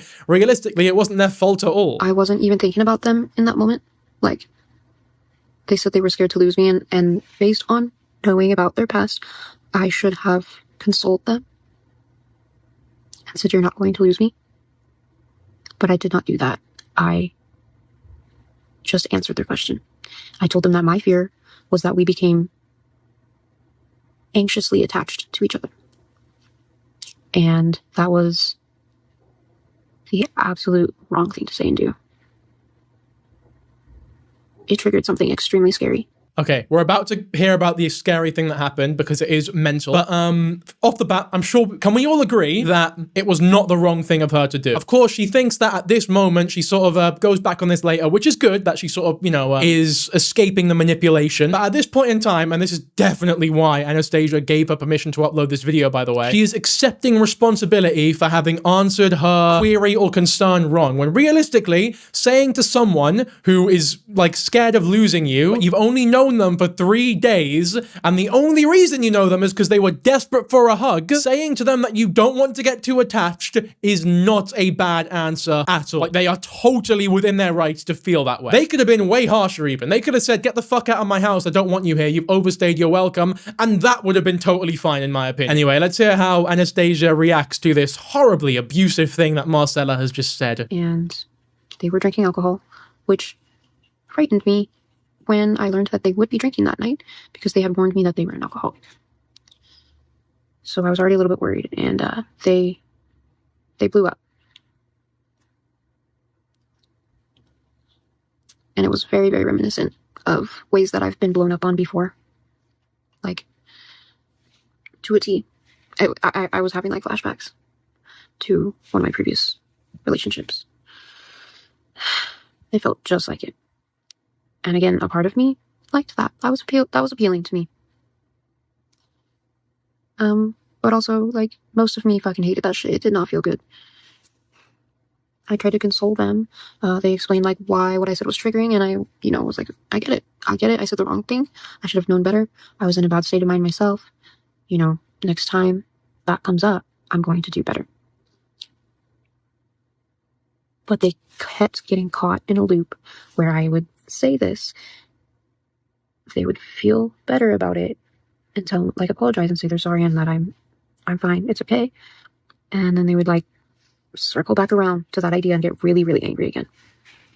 To the point where they were screaming in my face, like screaming across the room, screaming in my face, stomping around, stumbling around because they were drunk, leaving and then coming back. So she has had a full-on drunken fucking temper tantrum where she is yelling in the face of this poor lady for hours. And there'd be wee breaks or whatever where she'd sort of forgive her, and then she'd rile herself back up again and get right back to this incessant fucking never-ending screaming. And we've seen her scream on TikToks before. But that is more of like a controlled scream for the camera or whatever, where at the end she goes, or whatever the fuck she does usually, right? This must have been terrifying, especially as a fan of said person, to have them in your face like that, yelling at you like you've killed their family. And all she did was say, I don't think we should get too attached quite yet. It's only been 3 or 4 days. And that's warranted this crazy reaction from, and you even hear them saying this is so sad that like part of them enjoys it. And you hear this a lot in victims of abuse, even people who are like hit. A lot of girls who are like beat by their fucking husbands or boyfriends, there's a small part of them that enjoys it because in a way it's like they care enough to abuse you to that level. It's obviously a very unhealthy way of thinking of things, but it is a thing that a lot of victims face. And I believe that is what's going on here. This person who she is undeniably a fan of is this angry, this irate, this abusive over the idea of them not being attached. So there's a small part of her that enjoys that, which is bad, and it's good that she acknowledges that that is bad, and it's also good that she acknowledges that it is a part of her that exists. It exhibits like a good amount of self-awareness here. We can all agree the whole situation is so fucked up. Like, it is undeniably abusive. I want to clarify that my feelings about this whole situation have changed completely. As I've processed things, I recognized red flags in her before I even met her, like just watching her videos. I recognized red flags in the video where I reached out to her saying, you know, that I would help. And I chose to ignore those red flags. I think, you know, no matter how much I say that I didn't have a parasocial relationship with her, there was still a power dynamic there. She was still someone that was well known, and I'm sure that played a part in me offering help. This is all great. Like, this all goes to show how intelligent she is and how brave she is for coming out about this. Like, this is fucking unbelievable. I'd say that I'm proud, but that would only exemplify the parasocial relationships that she is talking about and are such a problem. So instead, I will say that she should absolutely be very proud of herself for coming to this realization so quickly. The reason she wasn't thinking this beforehand is without doubt because Anastasia was playing that manipulation that was so early on in this video about how if someone's getting yelled at, they need to understand where they were responsible for the reason they are getting yelled at. It's like textbook, come right back, the chickens are back to roost. Like, that's all led up to this moment where, to not sugarcoat it, she fucking abused this poor lassie. This poor lassie who was a fan of hers and just wanted to help. It's sick. But I also think about if she was just like a friend of mine that didn't have any followers, or someone I didn't know that didn't have any followers, and they were having a mental health crisis, I still would have reached out to help them because that's just who I am. So it was really important for me to shed light on that situation. Because she's a public figure and because she has such a cult following, it was important for me to come out with this story to potentially prevent any other victims. Fucking real class act. She should be proud of herself, man. Like, that is great to see. Obviously not that it happened, but her reaction to it is great to see. Anastasia obviously did not approve that last video to come out, by the way. Just the one where she did accept responsibility. We'll have a look at her response to everything about this after. Just know that she basically said, no, I didn't abuse anyone. I'm not abusive at all. Actually, fuck it. We'll play those clips. It makes sense order-wise to play those clips first. Well, this video started off muted, and you can already see, like, just how unhinged they look. Look at that, man. The video's not even, there's not even any sound, and they look fucking mental. Emotional abuse is abuse. I left. I didn't want to have anything to do with either of them. I just fucking left. They're the one doing it. They're the one fucking dragging me back into this. Are you fucking kidding me? I wanted to move on.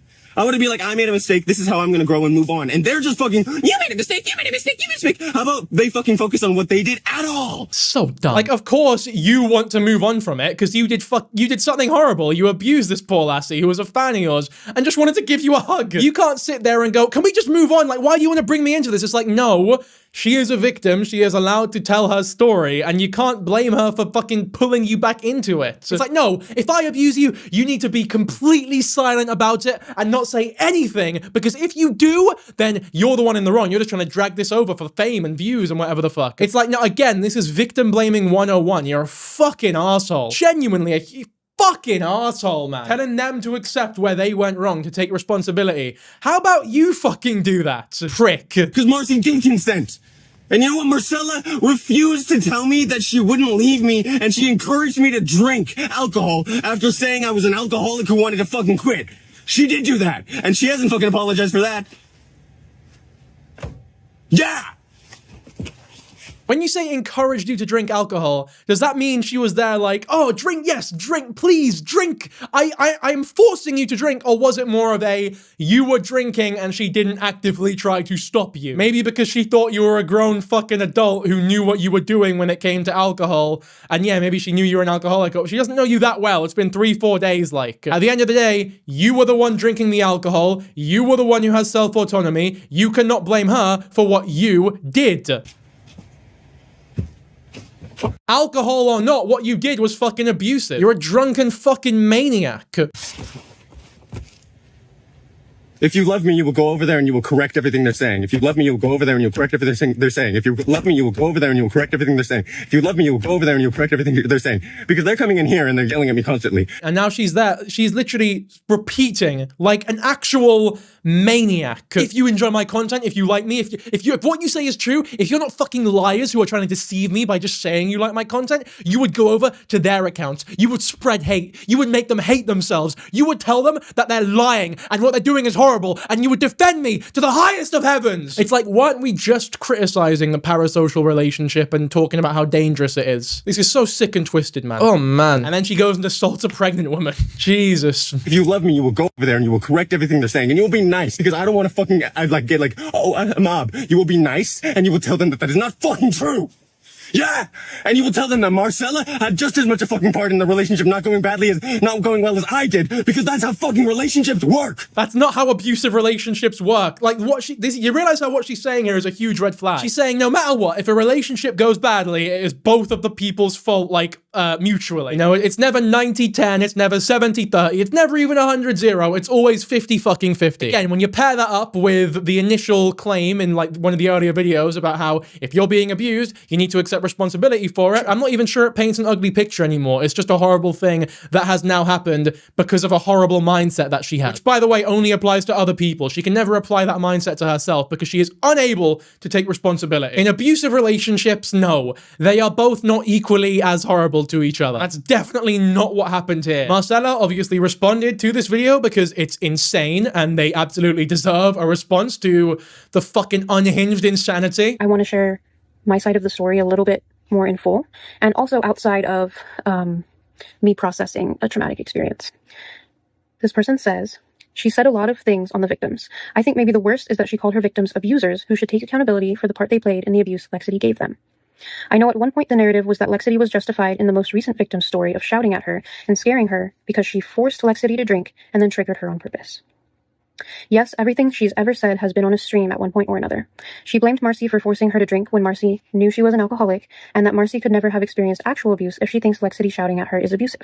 Okay, let's just get this clear again as well. To be shout at someone like that is absolutely abuse. Just because you're not hitting them, it doesn't make it not abuse. It's emotional abuse, which is absolutely still valid and still horrible. And is also absolutely what Marcella was victim to at the hands of Anastasia. Anyone who can't see that, I don't know what to tell you, but I feel as though my audience will definitely understand that that is all true. If I'm saying anything ignorant here, as always, feel free to correct me in the comments. But, you know, I feel like I'm on the right tracks here. Like, that's absolutely abuse. Everyone on Instagram Live that we couldn't possibly know what it's like to be abused if we think showing an emotion like rage is abusive, and that our partners should be able to accommodate our rages if we can accommodate their sadness.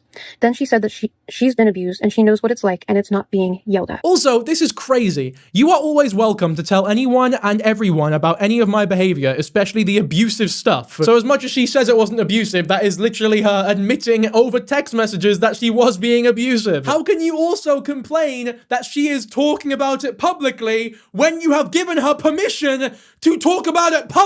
You fucking wanker, honestly. She was kind enough to ask you for permission. I don't even think she should have asked you for permission. Your permission doesn't fucking matter here. But the fact that you gave her permission to talk about the abusive stuff that you did to her and then claim that you didn't abuse her is insane to me. So I think it's obvious that this person has gotten Marcy and myself mixed up. We are two different people. My name is Marcella. I know that's confusing. The yelling went on. Yeah, Marcy is another one of the victims. I feel like a lot has happened by the time this has come out. Some of the other victims have been spoken about. The other victims we will get into as time goes on as well. We're just starting with Marcella first because chronologically, Marcella was the first victim of Anastasia. That is, like, public at least. What felt like a couple hours. That timeline could be a little bit skewed. But it was so loud and went on for so long that at one point my ears were ringing.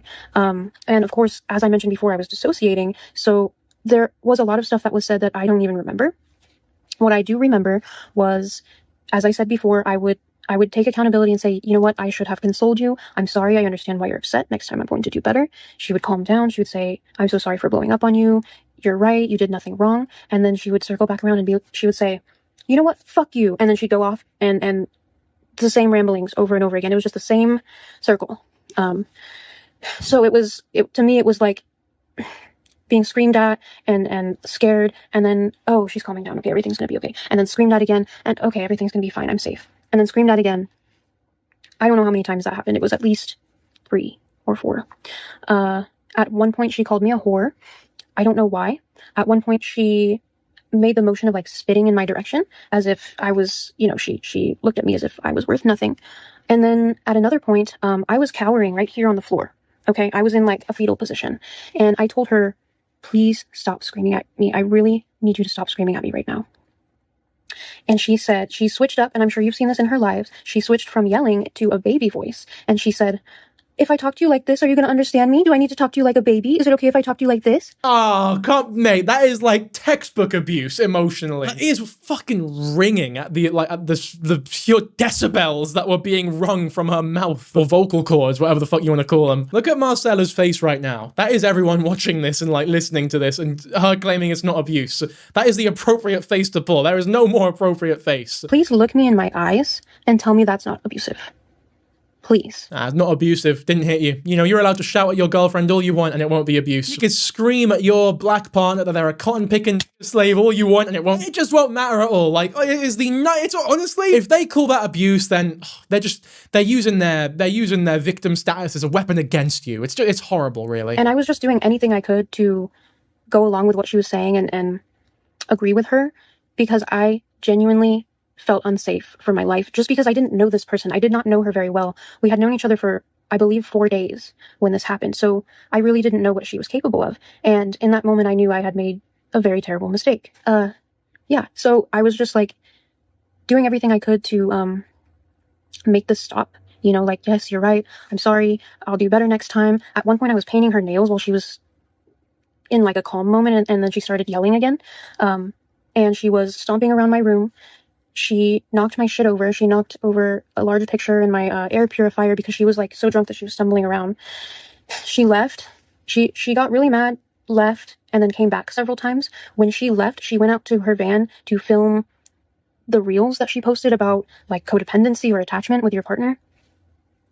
And what would happen was she would go out to her van, call me, and then come back in. And this whole time, the first time she left, I should have locked the door and been done with it. But I was so paralyzed in fear that I just sat in my bed and was trying to not lose it. I had talked about being treated like this in previous relationships, but I have never been yelled at for that long and that loudly and that aggressively.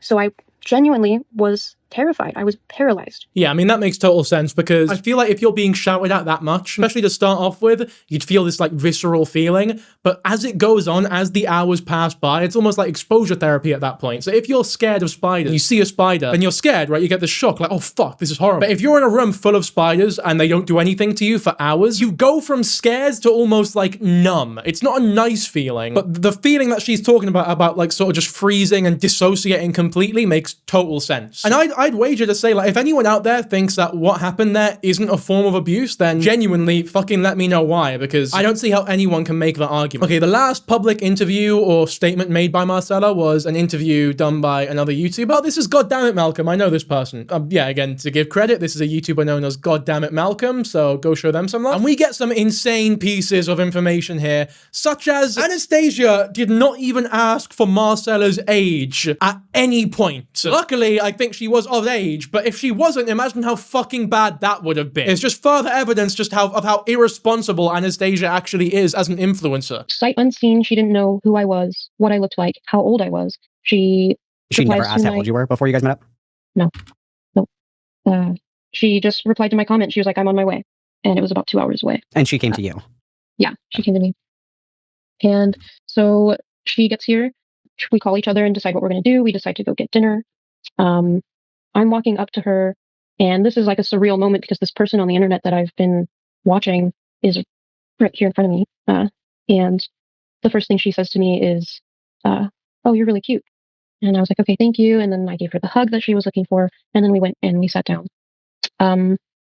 It was a little bit awkward at first. I was kind of like in shock that I was looking at this person across the table, and we were just generally talking. I mean, it felt like a first date situation. You know, you ask like, sure, like small talk, stuff like that. Yep. Okay. At one point, she goes, "You're attracted to me, aren't you?" And I was like, "How could you tell?" And she said, "Because you're flirting with me." And so then that, you know, for me, that opened up like, okay, obviously we're both attracted to each other. So what is this going to look like? And I was just trying to gauge her to see if she was a safe person, which is impossible to do when you've just met someone. But I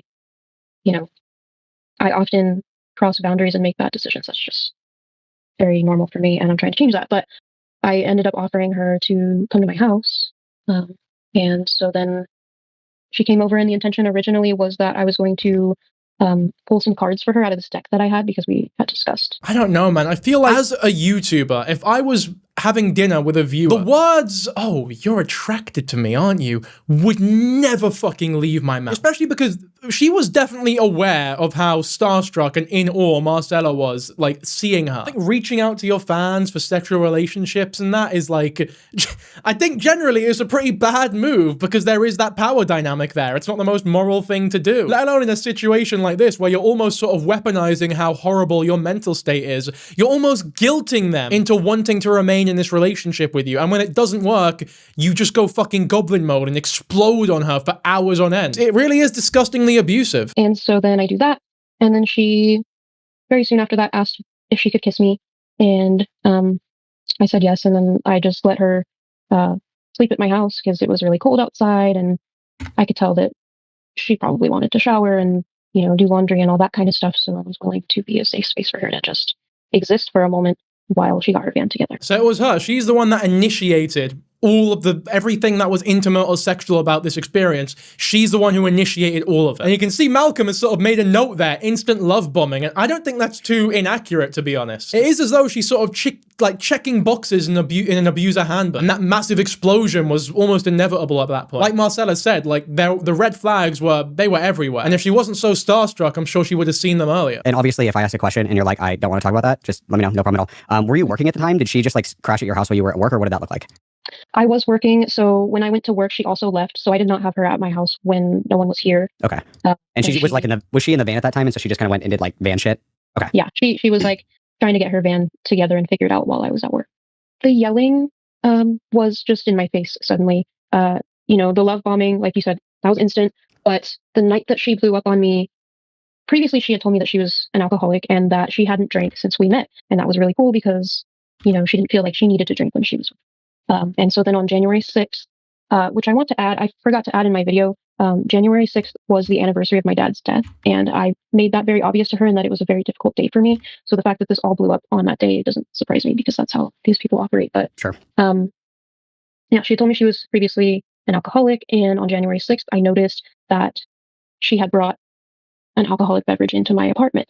And that was the thing in your video that I think it was a small detail, but whoever you were collaborating with had said that we bought a 6-pack of beer. I don't know where that detail came from because I never, I didn't want to drink. She just kind of had the drink. So it was her that had it. Okay. No, she forced her to do it, even though she's the one who bought the drinks and she had nothing to do with it. On January 6th, no less, the day that the American Straight Pride Parade happened in the Capitol, just a few years before all of this, eh? What a day, man. Things just seem to go down in America on that specific day. In my head, I was like, okay, this could be bad.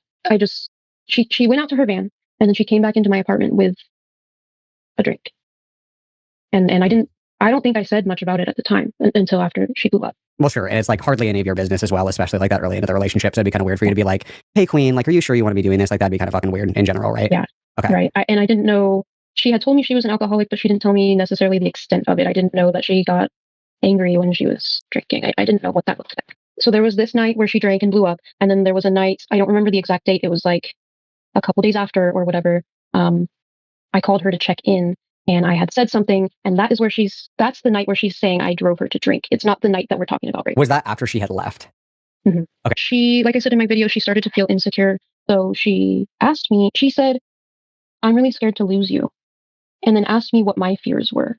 Mm-hmm. And we hadn't, from what I remember, we hadn't been talking about that kind of thing at all. Like, we were just having a chill night. Like, I was trying to keep it light because I was having a panic attack for hours. Do you feel like she asked that intentionally to upset you? Like, obviously, I'm not asking you to ascribe intent, but from your perspective, do you feel like that was kind of like a prod? Yeah, because I don't know if it was on her live or what, but I saw her say something like she craves dopamine so bad sometimes that she just starts fights. Yeah, I mean, to ask that question to someone you've only known for 3-4 days and they're a fan and you've initiated all the contact and that, and you're the one being so pushy and you're the one bringing in the alcohol to drink and that, I totally understand why it's reasonable to assume that she was only asking that question to start a fight. Because if you're yelling at someone for hours on end, there was a part of you that almost fucking wanted to do that, to unload like that, because you're looking for this like sick thrill, and you probably thought you'd get away with it because she was so starstruck by you. And that's also also playing into your ego as well. Like, ooh, they think I'm amazing. They're like infatuated with me. This is incredible. Overstimulated, and so I was kind of shutting down and not showing her as much attention. Mhm. And I could tell that it was bothering her. Mhm. And so I felt like this was just a way to get that dopamine that she was. Yeah, man. I mean, she even says it there, like, it came after she started showing her less attention because her ego was so fucking high after all of like the obvious, oh my god, like a celebrity that I'm a fan of. She's not a fucking celebrity, but you know what I mean. And she must have loved that. The narcissistic side of her that we know exists because she's so self-important must have loved that. And the second she feels Marcella drifting away, she's like, no, like, she's a fan of me and I'm at her house. She should feel so lucky that I'm with her right now. Why the fuck is she drifting away? Let me start some shit here. I fear that we become anxiously attached. That's like, I have trauma related to that. And this is where my memory gets a little bit fuzzy because I was dissociating so heavily. But that was a major trigger for her. And You dissociating was a trigger for her? no, me saying that I was afraid we'd become anxious. Gotcha. Because she was basically like, you know what, fuck you, because you know what my triggers are. You know that I'm scared to lose people. You know what my triggers are. Interestingly, the exact same thing she said about her mum when her mum walked into her room. You know, if we recall back to that video when she got kicked out, the reason why she was so mad at her mum was like, my mum walked into my room when she knows what my fucking triggers are. She knows that I don't like my space being invaded, but she broke into my room, and that's why I'm so fucking pissed about all this or whatever. That seems to be a thing that she falls back into whenever she loses her temper is, you know what my triggers are. Once again, shifting blame onto the people that she is about to abuse. I was like, okay, I'm sorry. You're right. I should have thought about that better. I should have consoled you. So it just continued to escalate where she was screaming at the top of her lungs. Okay. For a couple hours. She said, fuck you, very aggressively in my face. She didn't actually spit at me, but she made that gesture as if I meant nothing to her. She told me that she was like, you know what? You've done nothing for me. I've done so much for you and you haven't done a damn thing for me. Girl, you've done it for like a fucking day. That's crazy. Okay. I looked at her and I was like, I've done nothing for you. Look where you're at right now. You're in my home. I'm taking care of you. True. That's the most obvious thing in the world. You've done nothing. What have you done for her? Like, oh, I provided you all of this amazing content on TikTok where I throw a whip around and get kicked out of my house and cry about a dog like a whiny arsehole. Fucking audacity to say that she's done nothing in a situation like that. I'd scream and scream, and then I would apologize, and then she'd calm down. And then she called me a whore at one point. I mean, to call her a fucking whore is after you initiated sexual intimacy with a girl you've known for a few hours who you know is infatuated and a fan of you. And just to do it like that, easy, because you want a hug and you drove all the way over to her fucking gaff and now you're calling her a whore. And then she'd start screaming again. I'd apologize. She'd calm down. Meanwhile, in the middle of her being upset, she left my apartment a couple times, went out to her van and filmed a couple reels about attachment and how you should be codependent on your partner. That's certainly a take. Okay. And then she came back in. And this is the worst one for me, which I describe in one of my YouTube videos, but I was cowering on the floor. So now she's even trying to communicate and manipulate people with the reels that she posts on Instagram. So when she was posting those reels at the beginning of this video about her ex, maybe, she was definitely making those fully intending for the ex to have seen them and react to them in a way. Because that's absolutely what she's fucking doing here. She's making that content with Marcella in mind. Like, I cannot wait for Marcella to see these videos and know exactly where she fucked up and how she lost a legend like me. I was in a fetal position and I was visibly shaking because I was so scared. And I looked up at her desperately and I said, can you please stop screaming at me? I really need you to stop screaming at me right now. And she switched from the yelling, aggressive, screaming voice.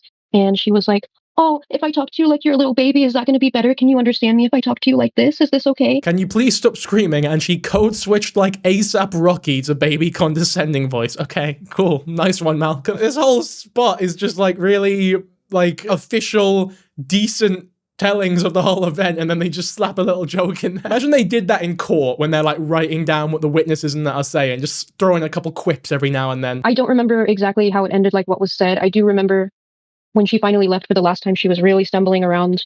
She was wearing these tall ass platform boots and just like stumbling and knocked over my shit, and it came crashing down, and then she slammed the door, and then she left my apartment. I mean, again, that's more abuse, just fucking destroying this person's house with the platform boots that we saw earlier on in this video. I didn't, the other two times she left, I was just kind of paralyzed in fear on my bed. But I locked the door. I don't remember what was said between us, but it felt like, okay, that's it. Right. So I called her to ask about advice on the video. And then I was like, okay, also I'm going to check in with you. How are you doing? She was sort of very angry about her phone not working and was, the whole time we were together, she kept saying that she was cursed because all this bad stuff keeps happening to her. And she was reiterating that I'm just cursed. Nothing ever goes right. And I was like, hey, listen, I have a lot of stuff going on in my life too. We're not cursed. This is just life. You have to deal with it. And then she had told me that she wasn't drinking, and she said that she wasn't drinking for me. She wanted to stop drinking for me, and that scared me because of what had happened, and I didn't want to lead her on and feel like, if you stop drinking, then we can be in a relationship again. So Certainly. Again, so reasonable of her. Like, that bridge is burnt now, man. Fucking leave me alone. You have just given me, like, one of the worst experiences I've ever had in my life, and now you're saying you want to get back with me? Or in your mind, you think that, like, we're a thing now? Like, how dumb can you actually be? To think that I want to be with you after that? Like, oh, I bet it really turned her on when I shouted at her face for 4 hours straight and called her a fucking worthless whore. She must have loved that. I'm always advocating for doing things for yourself and self-love because that's the only thing that's gotten me through shit. Sure. And you set yourself up for failure if you put your sobriety and your well-being in the hands of other people because people are valuable. That's like one of the first things that anybody who has ever gotten sober in their entire fucking life will tell you is that you don't hinge your recovery on other people. Certainly, yeah. Immediately, so the phrase that triggered her was when she told me she was not drinking for me. I said, I think you should stop drinking for you. She kept calling me and then hanging up. And I had messaged her, I think you're misinterpreting what I'm saying again, because she does that thing where she pulls something you say out of context and twists it, does her little mental gymnastics. So it's something that triggers her. She said, you don't want me to not drink because of what happened. Cool. Literally just made me want to drink, which I already did. I said, I'm not drinking because of you. And you said, I mean, you can do whatever you want. In no universe is that encouraging. If you don't do exactly what I want you to do, if you don't engage in this relationship with me, if you don't have sexual intimacy with me, well, guess what? I'm gonna keep fucking abusing you. That's what I'm hearing here. Like all this anger is off the back of her saying that they're not gonna be together. You literally just told me you don't care about my sobriety. I said, no, I just don't want you to feel as if I have control over what you do. I want you to be sober for yourself, not for me. I want you to be sober for yourself first. She said, cool, I can't constantly get pushed away. It's deeply triggering. I said, okay, that was not my intention when I said that. She said, you are pathologically afraid of interdependence. It is okay to improve yourself because of the way you hurt someone. I said, yes, I agree with that. She said, it is not okay for you to treat me this way. If you care about keeping me around, this is deeply triggering, and you seem to refuse to understand that. And then she called me again. I don't remember what was said on that call. And then I messaged, I clearly do not understand how to communicate with you effectively. I don't want to keep hurting you like that. I clearly don't have a very good understanding of what is triggering to someone who is struggling with addiction, and I have failed twice now. I understand why saying do whatever you want was the wrong thing. I'm so sorry. I had completely different intentions behind it, but I get that it was misconstrued. You are very tender, and I'm making all the wrong moves. Trying to help. I'm literally doing the complete opposite. She said, you need me or stay away and be okay with me needing you. If you push me away, I will blow up. I know myself. Like, you actively push me away constantly, even when it costs you nothing. I can't make you fall in love if you refuse to let yourself need someone. That is what I want. And if you don't, stay away. Like, it can take time, but that is the goal. Again, it's like she's reading off a handbook of how to manipulate and abuse Your happiness is not her responsibility. She can fuck you off if she wants to. She can tell you to get fucked if she wants to. In fact, it's probably best for her to tell you to get fucked and do not engage with her again. You're being an actual villain here. Like, you are being a horribly abusive bastard. It's just, like, it makes me sick. It actually does make me fucking sick. And it's not even, like, smart abuse either. Like, you're not even good at abusing. It's so transparent. That's not a criticism. I'm not saying, like, you need to work on your abuse game, but it's so clear to see what she's doing here. She said, do you want that with anyone ever or not? Because if you don't want that ever with anyone, stay away from me. I need a life partner, like a person I share every aspect of my life with. If you don't want that, I can't make this work outside of only friends, and I'd really like to know. I said, I do, but I don't think I'm capable of that at this point. I have no idea how to navigate that, and it's not fair to you. She said, I'm sorry this relationship was too much work for you. I said, I'm just not in a stage of my life where I can handle it yet. I'm still learning. I'm sorry it took all this to figure that out. She said, you should be so much sorrier. She said, I'm sorry I'm worth so little to you that you mess up and immediately give up. Like, you didn't even try to make amends. I said, that's not true. I mess up and realize I'm not capable of this. I set boundaries to refrain from hurting you further because I care about you. If I was asking for something you were not capable of providing, I'd hope you do the same. And that was that conversation. She was like, why are you sending people after me? Like, what did you say? Why are people being so mean to me? And I said, here's what happened. Like, you saw the video I posted. Go watch my story. That's everything I've said on it. And she asked me again, or she said, you sent people after me. And I said, these are the consequences of your actions. I don't know what to say. I did not tell people, hey, go attack this person. I presented the information because it was public, and they are responding to that information. I am not purposefully sending people after them. Asking how she tried to talk to you since all of this. No, not at all. Yeah. I reached out to her actually because I have some of her belongings, and I want to get rid of them, but I didn't want there to be like anything she could use against me. So I tried to reach out just the other day to ask her what she wants me to do with her stuff, and she did not respond. She probably wants her to get rid of them so that she can use that against her in her videos. Like, I left shit over there and she bent it away. She got rid of it all. That's my stuff and she fucking stole it, the thieving bastard. Turns out the conversation, and I genuinely believe that Marcella has been so reasonable, so kind in this situation that there really isn't anything else she could have done. Like, she's done a great job here. And once again, she should be incredibly proud of herself for this. Wants her partner to rely on her in every way possible, like financially and emotionally. She had said that she thinks when you have a partner, if that partner dies, then you would want to die soon after too. Like, you should be that attached. You shouldn't be able to exist without your partner. Who's your favorite commentary YouTuber? I don't know if I have a favorite, but I've been watching Dinky Jabo lately. Oh! Whoa! That's fucking cool, isn't it? Yo, big up Marcella for watching the channel. I'm a big fan of you as well. I think you did fucking great here. If you're watching this video, which I totally understand if you wouldn't because it involves Lexity who fucking abused you and that might be too much for you, but if you are watching to this point, big up yourself. You've done a great job, so you should be proud. And you've got great taste in YouTubers. That's actually fucking mental. That's quite surreal, that actually. That was 10 months ago as well. So that's like, I was like half the size I am now. That's actually so weird, by the way. Like, it actually feels really weird. Sweet pea, if you're more afraid of getting attached to someone than you are afraid of losing them, you're not ready to be in a relationship yet. I've been in a lot of relationships where they're more afraid of getting too attached to me than they are of losing me. And that just leads to a lot of problems.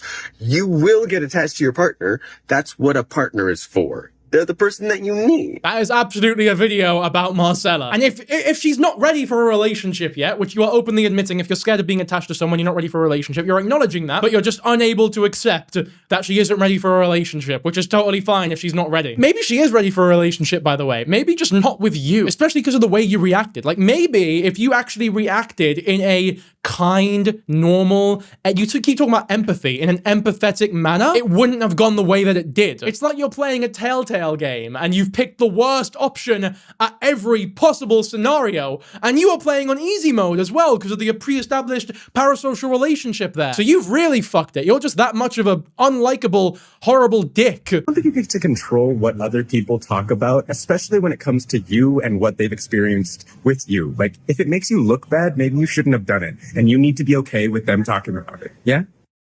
Hey, sweetie, I don't think you get to control what other— I mean, that's just so fucking ironic, isn't it? Accountable is pretty neat. I don't know who accountable is, but I'm glad that they're good at cleaning their house, I guess. So my main experience in the dating world is that people will assume I'm their abusive ex and then push me away constantly because of it. And I'm nothing like that person, but when they— Yeah, you're probably way worse. So people are really triggered by the idea of me wanting to rely on someone, and I don't really know why. Like, I'm not forcing anyone to consent. The whole idea is that I'm mad that nobody wants to do the thing that I want to do. I want to find somebody who wants the same thing that I want, so we can try and build a connection together that's so strong neither of us can break it because we've entangled our lives in such a way that we can't separate them from each other, right? We rely on each other, and when one of us dies, the other one will soon follow because we don't really know how to take care of ourselves emotionally or physically without the other one, but that's okay. This is awful. This form of codependency is like objectively toxic and incredibly unhealthy and perpetuated by a lot of modern media in the West, at least, where it's like this whole caricature of two halves coming together, like you complete me sort of thing, when realistically a good relationship should be two whole complete people being like able to bring their love together to make something beautiful, as opposed to two incomplete people trying to complete each other. That shit will destroy both people. Like, there is no one in the world with any knowledge of psychology or relationships that will encourage what she's talking about here. And it just goes to show, I mean, it makes sense why her outlook on relationships is so horrible. I'm a mommy dom, and that's not just a sex thing. It's a thing that I am in romantic relationships outside of the bedroom. I want to cook for you. I want to run you a bath. I want to take care of you, and I want to hold you and tell you that you're safe and listen to your emotions and do the things that I wish my mother had done for me when I was a child. And yes, it does come from trauma, and that's okay, right? Everything comes from trauma. Trauma shapes us. And just because you can say, oh, you have mommy issues. Yes, I do. And I handle them very well. I give consenting adults a comforting, welcoming space where they can be emotionally vulnerable and feel taken care of, so I can experience vicariously the childhood I never got.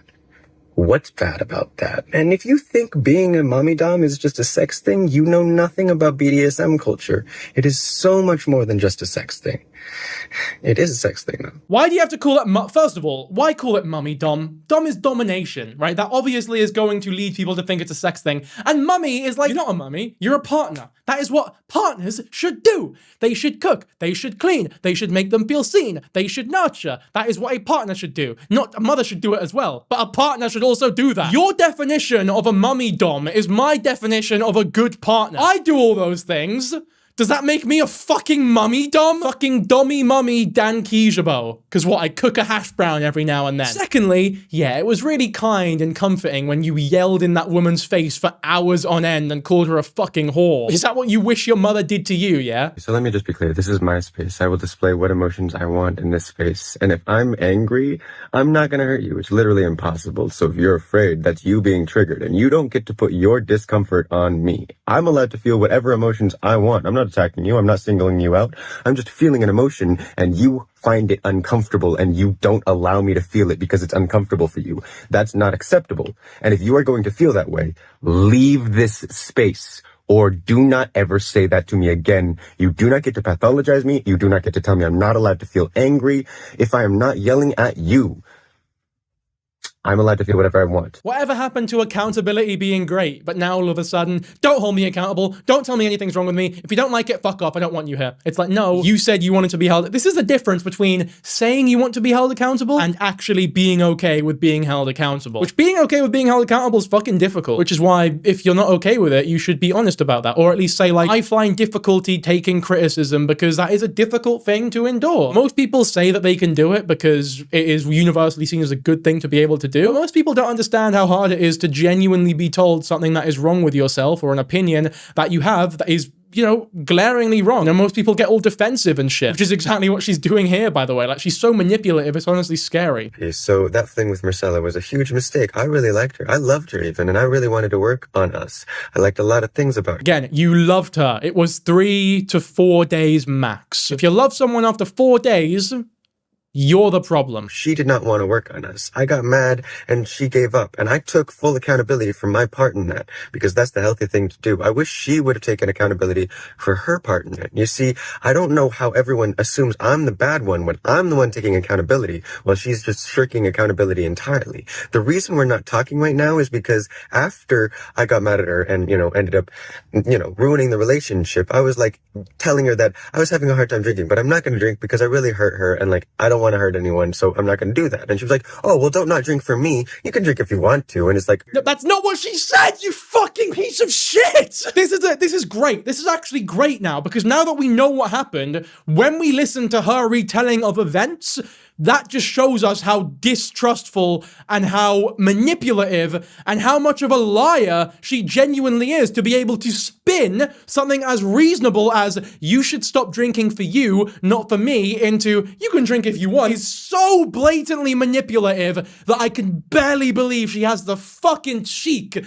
to get on camera and try that shit. She's so abusive that it's abhorrent. They encouraged me to drink because the idea of me not drinking for you is me relying on you too much. Like, no, that level of pathological fear of reliance is just going to trigger me constantly, like it did, and like I warned her it would. And that doesn't make it okay that I stuck around and let her trigger me and let myself blow up, but I really wish she would take any accountability. Why do you assume I'm the one who's the problem when I'm taking accountability for what I did? She's a terrible fucking person. So bad. I've run out of it's horrible. Like, she's awful. And, I mean, she sounds reasonable there, as in, like, she is talking in a reasonable tone. That doesn't last very long. And then you refuse to listen, and then I get angry. Refuse to listen to the boundaries I set. Yeah, I set them when I'm angry. You refusing to listen to me when I'm angry is, like, literally the whole fucking point, okay? You're the problem. Girl, at least use some PPE. Speak, girl. Scream to the high heavens if you must. Get it out. And she's power tooling wood.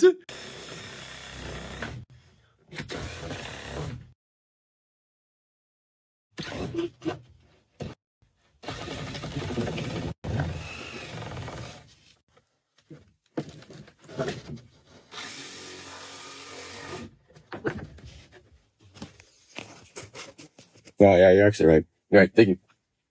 Thank you. Yeah, that was the problem with this live, is that you were using power tools with your hair down. Everything else was totally fine and reasonable and recommended even, but that was the issue. I mean, it is an issue, to be fair. Like, I'm glad she put her hair off. Like jazz, you know what I'm saying? You know what I'm saying? But one of them cool cigarettes. But one of them cigarettes that doesn't have nicotine in it. That's other stuff in them. That's legal in the state. I mean, no, that's what I need. I'd like don't know where I have one somewhere. Give you a shot. Yeah, no, I don't think I can trust anyone after this.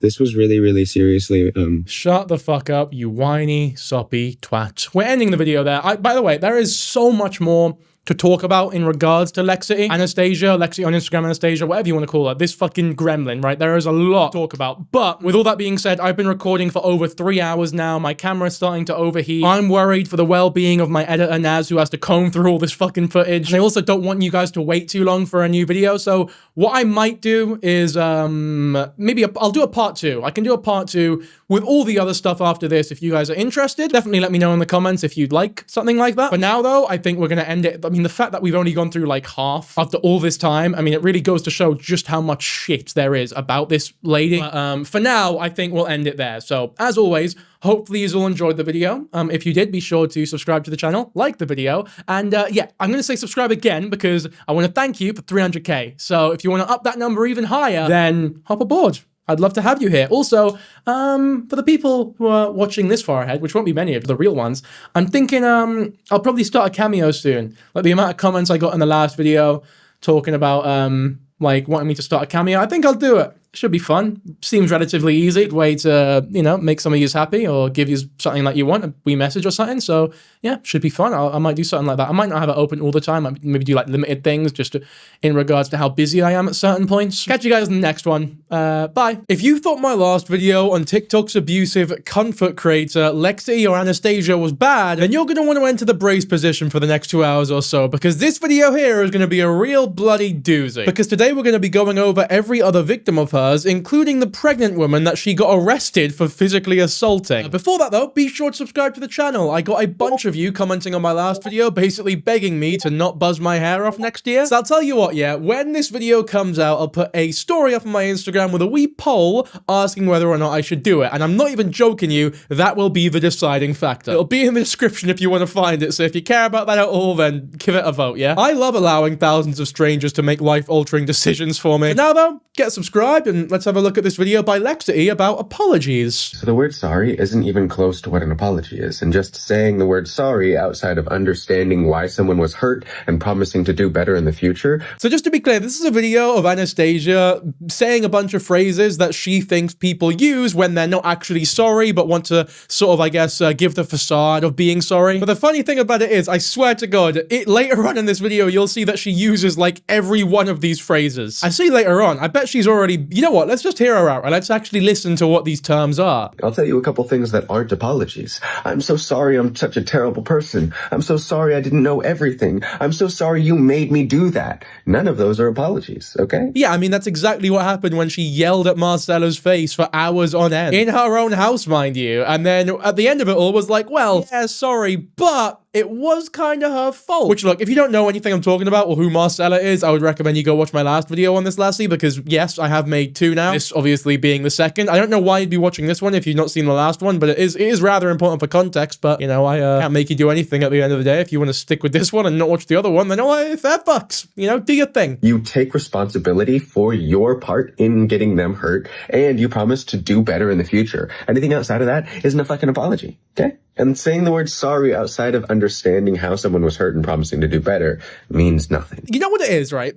First of all, like, I could sit here and do the obvious commentary thing, oh, she's a hypocrite, she does all these things herself. But at the end of it all, let's acknowledge what this actually is. It's a bunch of bullshit like that everyone already knows. You get told this at 6-year-old, oh, you know, saying I'm sorry you feel that way, or I'm sorry you made me do this isn't a real apology. You have to say sorry and you have to mean it. It's like, everyone knows this already. You're not really giving any outstanding or exemplary information. It's like if I made a fucking YouTube video, oh, hey, Sweet Pea, just so you know, lying is bad because when you lie, it creates this web, and the more you lie, the harder it is to keep up those lies, and reality is so big, and you're so small, and you want to do something that goes against the actual realness of the world? You think you're more powerful than eternity, infinity, reality, and beyond? Like, it all just boils down to you probably shouldn't lie very much, which, like, yeah, we all know that. Those are the kind of morals you get when you watch the fucking Minions movie, right? We don't need to hear Anastasia or Lexity talk about it on Instagram. I genuinely feel as though I get more education from a fucking Minion than this lesson. I could watch a dog eat its own vomit and come out with more information and happier than watching a Lexity video. In fact, Naz, replay 5 seconds of the video we just watched, but instead of Lexity talking, put a dog eating its own vomit. And saying the word sorry outside of understanding how... Do you see how that makes the video like 10 times better on every front? Put it this way, if being a man was everything that being a woman was, and extra things, like everything was easier and nothing was harder as a man, why on earth would any men ever transition to being a woman? Being a man and being a woman are both fundamentally restrictive. They're just restrictive in different ways. This is very worrying coming from a transgender person because it sounds as though you don't understand what being transgender is. And again, this is coming from a cis person, so correct me if I'm wrong, but you don't transition because you like the perks that the other gender may or may not have. You transition because you are fundamentally uncomfortable and, I don't know, like you have a mindset, you have a belief about your body or gender that is incongruent with your current body. Like you look in the mirror, you look at your body, you look at the gender that you are perceived to be, and you think, no, this is not who I am. This goes against everything that I believe myself to be. You don't just think, oh, men have it easier than women, so I'm gonna transition into being a man. Like, no, that's not how it fucking works. And the fact that you're the one parroting this is incredibly worrying, actually. That's not what being transgender is. Like, it isn't. No one is trans because they want to be. It's like being gay. You don't choose to be gay, and gay people can't go, oh, you know what? Life is actually easier for straight people, so I'm straight now. I'm interested in women now. I've changed that. Easy. Easy. Fucking push of a button. Fucking Anastasia, man. This is so dumb. I can't believe she's saying this of all people. Fuck me. Trans people are people who prefer the restrictions that is opposite to the ones they were assigned at birth, right? Like, that's what the system is. That's what the system is. No, it's not. That's not what being trans is. Being a man is exactly as restrictive as being a woman. How could anyone... What? Oh, man. You know what? I'm not even going to fucking say anything about that, but I don't think she knows what being transgender is, which is insane to say, but now I believe that it's true. I'd really like to know what you guys think of that in the comments. It's a shame that this happened, this part in the video, because a lot of people won't reach this far. You know what I'm going to do? When I get this video sent back to me, I'm actually going to take this part, I'm going to put it nearer to the start of the video, but just know, I'm reacting to this at the end of the fucking recording, like 4 hours in, but I'm bringing it to the start because I actually want to hear like some conversation about this in the comments, or if I'm out of line at all, or if she's correct and I have no room to talk about this as a cis man, but like, I don't know, I'm incredibly confused by that statement because I don't believe that's what trans is. I don't think transgender people transition because they enjoy the perks of the other fucking gender, or it's not as restrictive. Gender dysphoria is a lot deeper and a lot more difficult to understand and a lot more personal and idiosyncratic than that. I think that's a really fucking stupid thing to say. That's actually really annoyed me now, her fucking saying that. Genuinely, I really do want to know what you guys think of that, so be sure to let me know in the comments, yeah? Especially if you're trans yourself. Anyway, yeah, you got me. I'm stalling because now we get into the really depressing shit, which is Anastasia's next victim, known as Marcy. Not to be confused with Marcella. It's just, you know, they have similar names. It's a bit confusing, but, you know, Marcy, Marcella, if you're not a fucking idiot, then you can tell them apart. So I met Anastasia about 2 months ago, I would say, here at a local bar in Southern Oregon. It was very natural. I didn't know about their following at first, so that wasn't something that persuaded me to know Lexity. We didn't get the chance to hang out for a few months, which was fine. We were texting back and forth. It was good. A little backstory, I should say. I did call Anastasia while I was in Tennessee over the holidays. I did discuss some things about what I was going through in my relationship with her, looking for support, looking for advice. She gave me advice. It was fine. We moved on. There was no like weird feelings whatsoever. So I come back from my trip and we were already talking about maybe seeing each other when I got back. And I didn't know if she had come back from her road trip yet. She just came from Colorado. We try and plan a hangout. It doesn't work. We plan another hangout, which was 2 days ago. She said she wanted to take me out to dinner. So I was like, heck yeah, that sounds awesome. I've been wanting to actually talk with you and pick your brain. And so I was very excited. Anastasia seemed very respectable to me as a person. I get picked up by her in her van, and the first thing I'm asked is, you know, are you in an open relationship? To which I say, no, I am not. I am in a monogamous relationship. We can totally talk about it. You know, just we're meeting each other for the first time. So, you know, we'll get there. Like, you'll learn who I am. I'll learn who you are. Anastasia was pressuring me to, you know, understand that I deserved better and I needed to leave my relationship. Okay, we were good. So for like, I would say for the first 70 seconds or so, everything was peachy, everything was class and shiny and clean. You know, they meet at the bar. It's like a classic setup to a joke, except the punchline here is that Anastasia's an abusive... Sorry, I can't use that word. My bad. I think she misunderstood punchline with punching a pregnant woman. It really isn't funny. Like, you know what? Like, that is something we'll talk about later because it's insane. That's one of the more recent things, though. We got to go over all the other victims first. But this in particular, it's like, come on, man. How can you be so fucking socially inept but have a whole career giving advice on social cues? Like if Jimmy Savile gave parenting advice. Somebody like her could treat me so much better.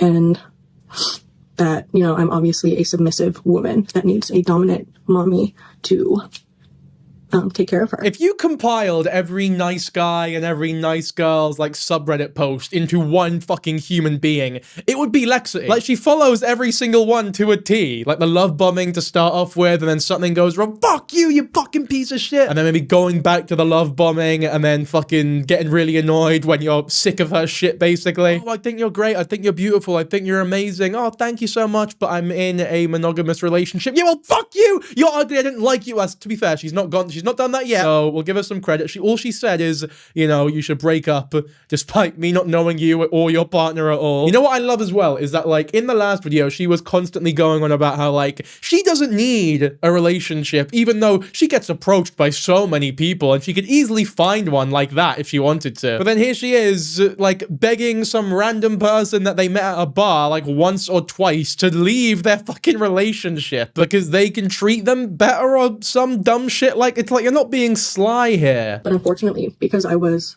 in shock, I didn't know how to process the fact that my boundaries were being actively broken, that I continued to be nice and sweet and kind of shy, to where I believe she took that on her own to be like, oh, this person like is shy because she's being activated into her submissive mode because I need to be her dommy mommy. And that's not the case. I was very insecure. I was nervous. I didn't know how to tell this person that I felt like they kept breaking my boundaries because I'm still working on that. I'm still actively healing.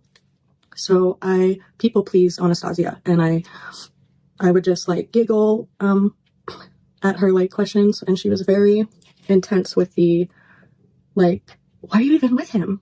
Like, are you sure, you know, that's what you want for yourself? Because don't you believe that you deserve better? And like, of course, I always believe I deserve the best for myself.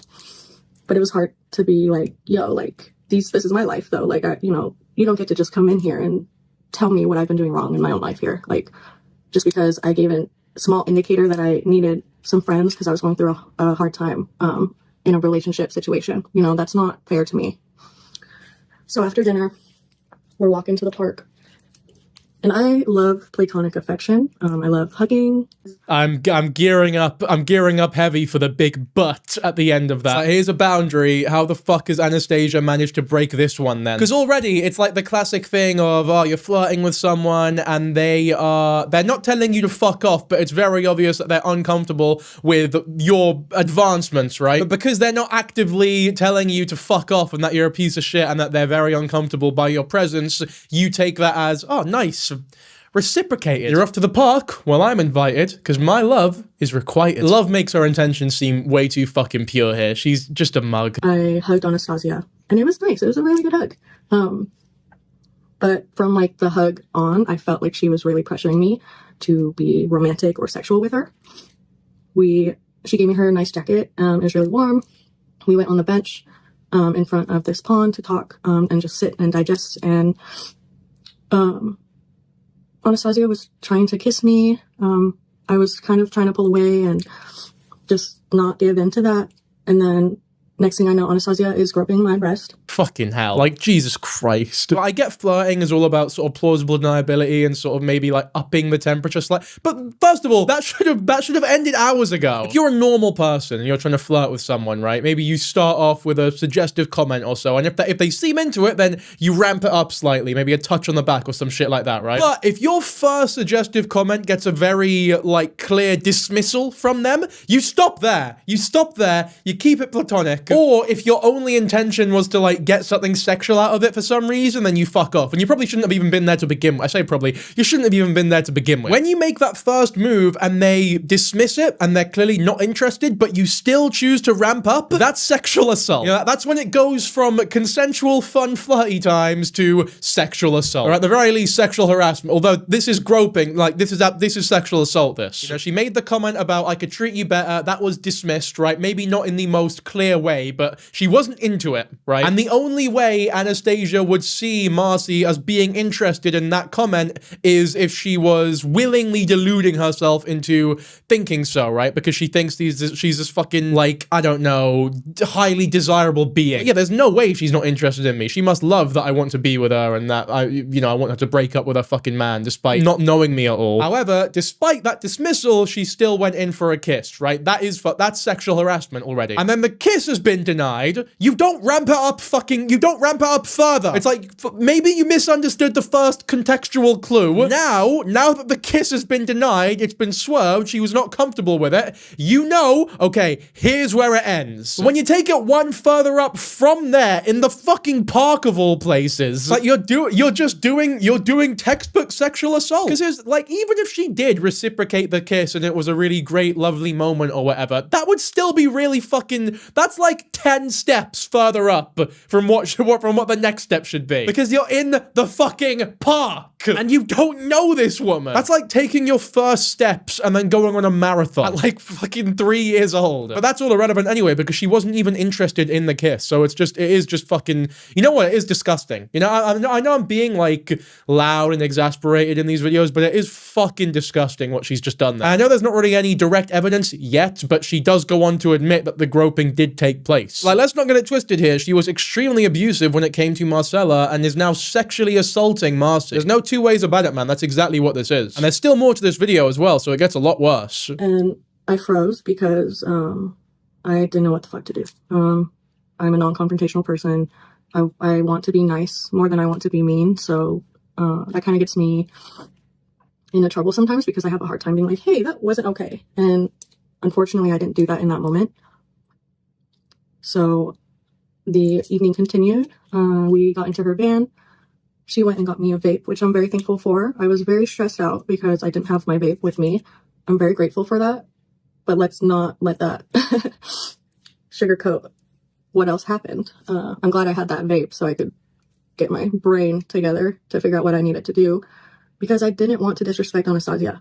I don't want to hurt people. So I was trying to just figure out. Yeah, based on her releasing this video, I think she's sort of gone over that hurdle now, which is good, by the way. That sort of people-pleasing mentality of not wanting to hurt the person who's just done fucking horrible shit to you. I feel like she's past that now and realized, no, I'm a victim here. I'm allowed to speak my truth. I'm allowed to tell people how much of a fucking horrible mug this girl is. To hopefully stop people in the future from getting involved with her in the same way that I was. And of course, there should be no shame whatsoever in not making the boundaries clear or, I suppose, reacting in a stronger manner when the initial incident happened. Being groped in a public area can absolutely trigger a freeze response, especially if you're, naturally a people-pleasing type of person, you're going through a rough time. It makes total sense. So I definitely hope that they're not too hard on themselves when it comes to, that whole thing. And yeah, I'm sure I don't need to make this any clearer, but buying a fucking Lost Mary afterwards does not make it any better. That's like stabbing someone in the abdomen, but then having the courtesy to call the ambulance on them afterwards. I wasn't really even thinking about the fact that she might have been in a manic state or something.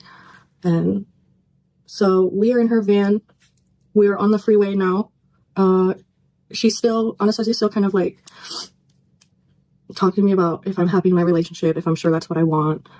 And then she starts getting into like why nobody wants her as a partner and why everyone else she encounters can find a partner for themselves, but she never can. And then it kind of got weird where she was kind of directing it towards me, and she was like, you know, why can't I be good enough for you? Like, I'm right here. Like, why can't I just provide for you and love you and care for you in the way that you need? And I'm in the passenger seat, like, what is happening? Because there's no way that this person took one phone call of me needing, like, relationship advice and having a hard time to, like, trying to convince me that I need to, like, date them, or, like, I'm a bad person if I don't do that, like, in that second moment with them. That's how I felt. Yeah, I mean, it looks as though she just has a habit of meeting people and immediately trying to get into relationships with them, or, I don't know, initiate something sexual with them. Just moving way too quickly in an abusive and harassmental way. Sort of does make me wonder, because these are the people who have come out with their experiences and stuff. It does genuinely make me wonder, like, how many fans of hers has she contacted and had relationships with like this, maybe whether it be a short-term fling or maybe, who knows, right? And they haven't come out and spoken about it. Because she absolutely seems like the type of person to use her influence, use her, I guess, position as someone with followers to chat to fans or, you know, meet with them and, I don't know, do whatever the fuck she feels as though she wants to. Because how else could she feel as though she has, like, the power or influence or ability to do whatever she wants with whoever she meets? Even if it's someone like Marcy who doesn't know her and is in a relationship. Obviously, I don't have any direct evidence that she is doing that sort of thing, but it definitely wouldn't surprise me. And the behavior she's exhibiting does definitely line up with that. Anastasia kept asking if I wanted to be intimate with her, which I had to keep reminding her no. I don't. Just because I find her attractive doesn't mean shit. Okay, I set my boundaries from the get-go, even if I am a non-confrontational, shy-like person when I'm unsure. I asked Anastasia where we were going because I realized that we were just driving on the freeway down to California, and I did not know where we were going. I wanted to go home. I didn't know what the plan was for the night, but I was ready to go home. So I asked Anastasia if I could go home. And she said yes, but she made me feel bad about it. She was like, oh, well, you know, like, why don't you just want to go to the ocean? Like, we could just go to the ocean. Like, and I was like, you know, I kind of want to, like, plan an ocean trip, like a day in advance or something before we do all of that. Like, I wanted, like, change of clothes, all that stuff. How terrifying would that be, by the way? You're now in a small enclosed metal box with the person who just groped you in public. That was in public, in front of people. Imagine the fucking fear that would be induced within you when you're, like, you and them, and it's no one else is around you. If she's willing to do that in front of people, then what the fuck would she be willing to do when no one else is around? Of course Marcy wanted to go home at that point. I'd be willing to bet she probably never wanted to see her again. It's like, okay, I gave it a good effort, I gave it a shot, you are not the type of person I thought you'd be. I would be more than happy never talking to you again. And Anastasia was basically, like, upset that no one wanted to. So we turn around, she's driving me home, and she starts psychoanalyzing me because she's realizing I'm shutting down, and she is asking me, like, did I do anything? What's wrong? And I will take accountability that this was my bad because I'm still healing from telling people, hey, you were making me uncomfortable. So I did not feel like I could tell Anastasia that I was uncomfortable. I was still trying to respect her. I know, you know, this is my first time meeting this person. I don't know how they react or how they're going to respond or anything like that. So I'm putting all this into consideration and still trying to be kind. It gets to the point where Anastasia is worried about me. She pulls over and she looks at me and she goes, like, can I hold you? And I go, no, I actually don't want to be touched right now. And it took a few times for me to tell her that. And she goes, okay, I understand. I really just wanted to go home. I didn't know how to tell her that.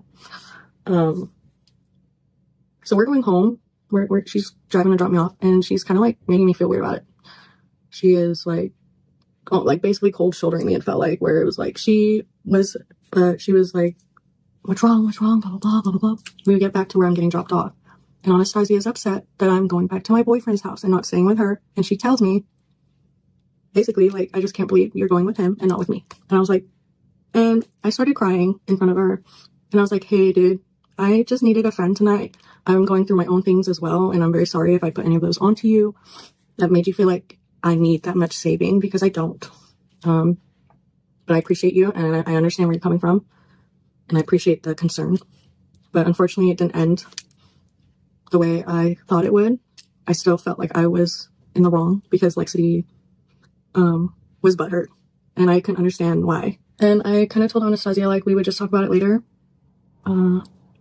And it wasn't until the next day, like middle of the next day, that I had realized like the severity of what had happened. By the way, she said earlier, like, oh, this is my bad, this is on me, what happened next. I don't agree with her at all. She managed to get home safely. So whatever the fuck she did in that van, whatever she said in that van, totally fine. Like, you don't want to go on the aggressive like that when you're in a small enclosed area with someone that you know is willing to grope you in public. It's like, at that point, it's like, you know what, I'm in this fucking place. Whatever I need to do to get home safely and avoid this person is the right thing to do. Because telling her that she's done something wrong, or triggering her old PTSD, whatever the fuck she phrases it, we know can make her go fucking mental and scream at you for hours on end. Talking to Anastasia is like playing a Telltale game. It's like walking this fucking tightrope of like, if I fuck up here, it's curtains for me. So I really don't think she had done anything wrong at that point. Whatever helps her survive, whatever gets her home safely without any more sexual assault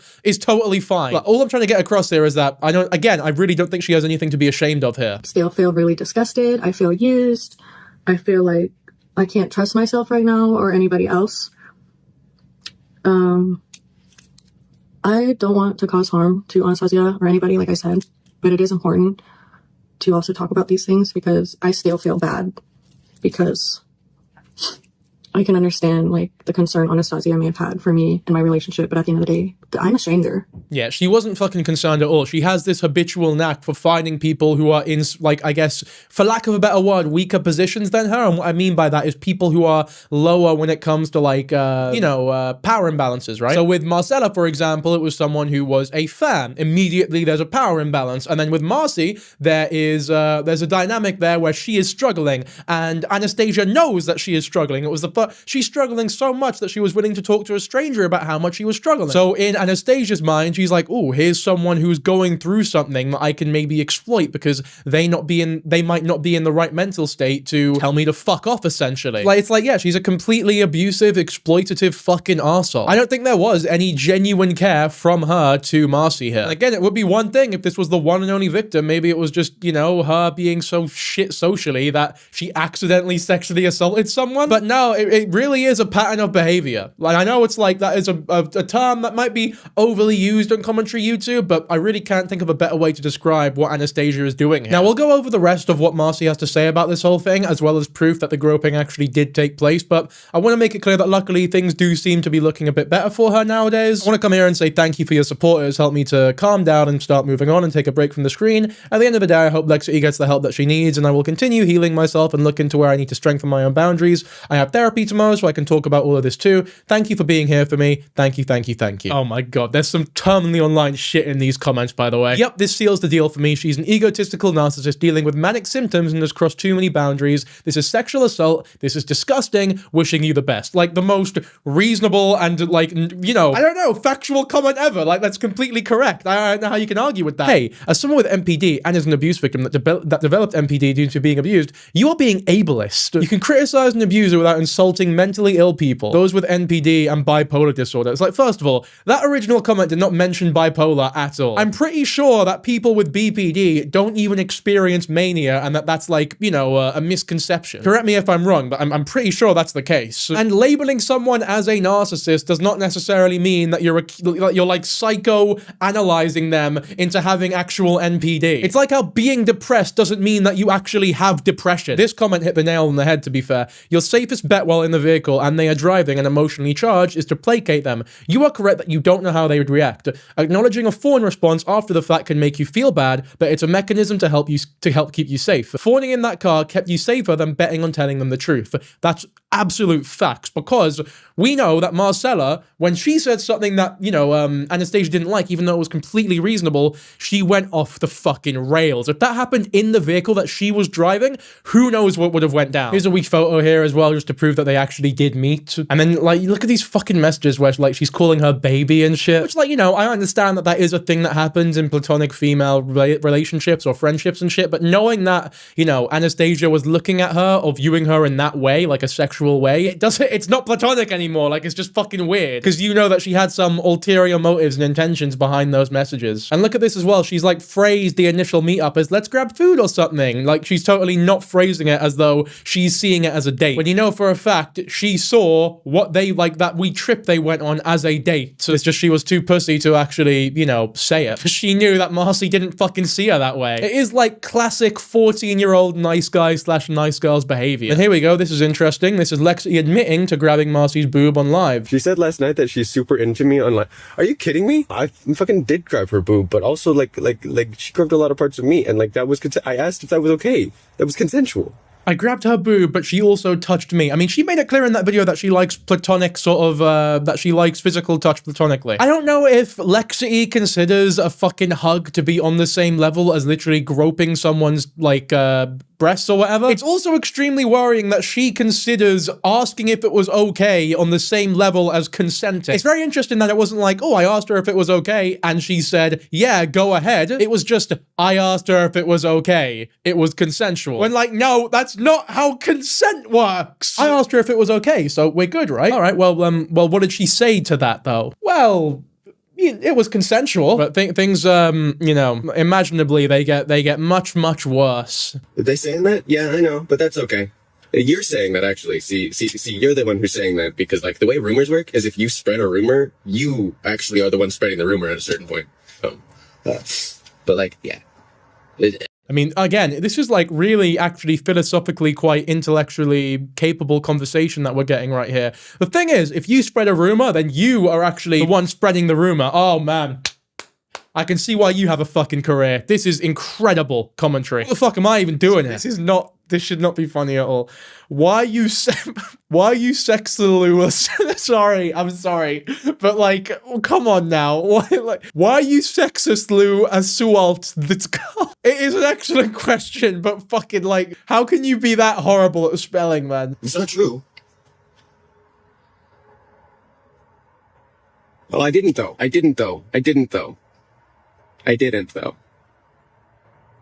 And what, girl? And also, what am I, like, okay, like, be specific. If you're gonna accuse me of anything, like, literally be specific, because what that girl said I did was go on a date with her, and then ask her if I could hug her, and then hug her. She grabbed my butt. I grabbed her boob, right around her. I didn't really, I mean, I did grab it, but, like, I just hugged her, and, like, she was very small. She did grab my butt. I asked her if that was okay, also. She said it was okay, but she had a partner. And so she felt pressured because she was scared of me. But the thing is like, I didn't do anything scary. I asked for every single part of it. And there is a reason that bigotry against trans people is called transphobia. She felt scared of me because she's transphobic, because she saw me as a man or saw me as some scary creature. Maybe it's just because you're bigger and stronger than her. Maybe it's because the whole time you were asking her really strange, suggestive questions about her leaving her relationship and getting with you instead. Like, it was very obvious to her that you wanted her, whether it be in an intimate way, a sexual way, a relationship kind of way. So if she were to deny your wishes to grope her or whatever, you might react badly. That's assuming anything you're saying is actually true, by the way. Like, we're really having to suspend disbelief here, because as much as it is like one person's word against another person's word, it's more like Anastasia's word versus like 10 victims' words against Anastasia, and also a police-confirmed incident where she assaulted a fucking pregnant woman. So how believable are her stories and her insistence that everything was consensual and great on her part? Can you really criticize me for not believing her every step of the way? At the very least, what we do know to be absolutely factually correct is that she was in a monogamous relationship. You knew that she was in a monogamous relationship, and then you groped her breasts in public. Now, obviously, at worst, it was unconsensual and sexual assault, but even at best, even if you did ask and she said yes, you know that she is in a monogamous relationship and is not interested in you. So why the fuck would you even have asked in the first place? And again, that is best case scenario. I don't believe that's actually what happened. I think it's a lot worse than that. You know, I don't think that it was as graceful as Anastasia is making it out to be. Told me that the things I were doing was okay, even though she later regretted it. But like, that's not the way that works. I genuinely tried as hard as possible to make her comfortable.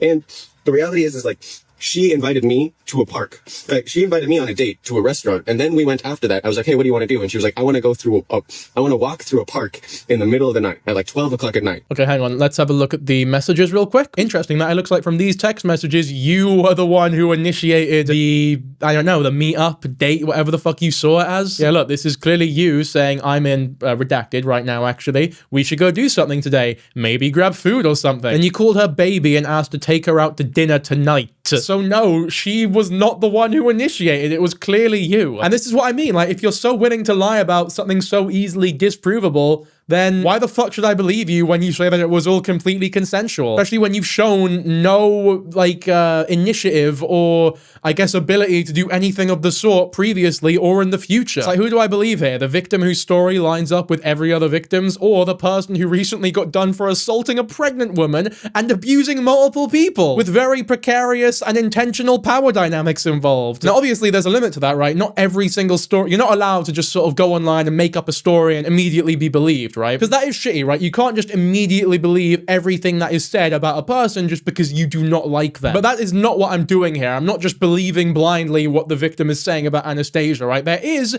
a decent amount of evidence. We know some things that did happen factually, and the rest we just sort of need to fill in the blanks on. But unfortunately, even if everything is absolutely best case scenario, Anastasia is still being a fucking weirdo. We'll go on a walk through a park. Okay, fun, great. Is that something that you would invite someone who you are afraid of to do? Right? Like, if you were feeling uncomfortable and unsafe, would you invite them to go for a walk through a park?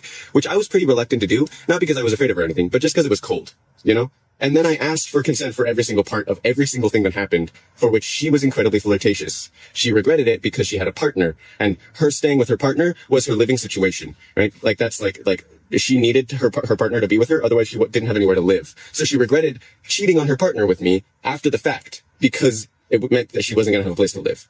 She did consent. So even she admits that it was cheating. They engaged in the act of cheating. So what the fuck were you doing trying to grope her then? Like, yeah, you know she's in a relationship, but that should be it, right? Respect that boundary. You'd be wanting to end the date? Yeah, that's what I'm saying. I literally took her home the instant she asked me to. I was like, hey, do you want to go home? Do you want to do this? Because I wanted to go to the beach. I wanted to drive to the beach, which was like a 2-hour drive, right? Which seems spontaneous. It was spontaneous. I'm a romantic. But I asked her, and as soon as she said, I want to go. You want to go to the beach even at 2 a.m. on the 2-hour drive, but you didn't want to go to the park because the park was too cold, but the beach, totally, that's okay. Because everyone knows at 2 a.m. the beach it's like fucking Egypt over there. How are you reluctant to go to the park but willing to drive 2 fucking hours to go to the beach? Well, I know I'm being harsh. I know for some people they might think I'm not being as logical as I usually am, but there are so many victims that we will talk about after this one that it makes it very difficult to believe everything that she's saying about, well, she invited me to go to the park because she wasn't scared of me at all. But then in the same breath you're saying, oh no, she was scared of me because she's transphobic and sees me as a man or something? I drove her home immediately and dropped her off. And I said, I hope you have a great night.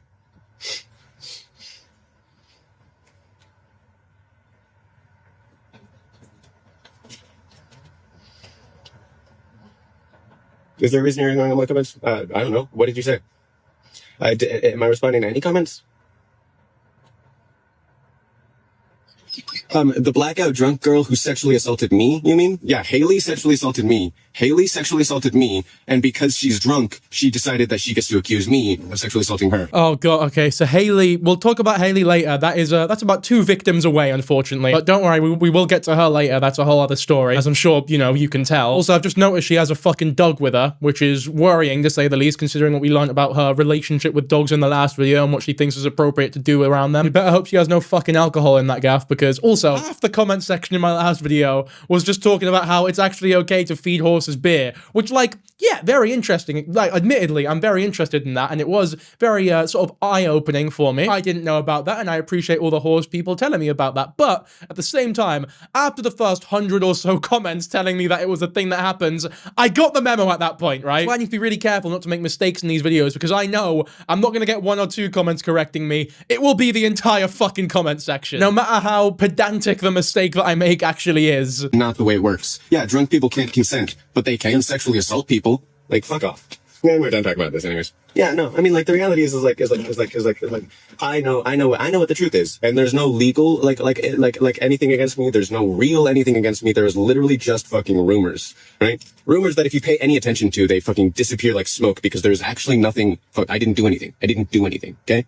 So we're gonna ignore that, because why the fuck would I pay attention to that? It's not just rumors, especially recently. It definitely isn't just rumors. You know, everything about the, like Marcella's story, for example, that is a lot more set in stone and like factual, and we have every bit of evidence that we need to know exactly what happened there. And even with this Marcy situation, we have enough evidence to know that you were acting like a fucking weirdo. And then with later victims and later situations, there are police reports and police evidence that you assaulted a fucking pregnant woman. You know, I'd be curious to see how you talk your way out of that one. We're not even done with Marcy yet, however, because again, the worst is yet to come. Fucking, she can take me to court if she thinks it's fucking true. Take me to fucking court, Marcy. You know what? Because like fucking Jesus Christ, if I fucking groped you, if I didn't fucking consent and I tried to convince you to fucking leave your partner, apparently I'm a fucking terrible person. Take me to fucking court, you lying cunt. Take me to fucking court.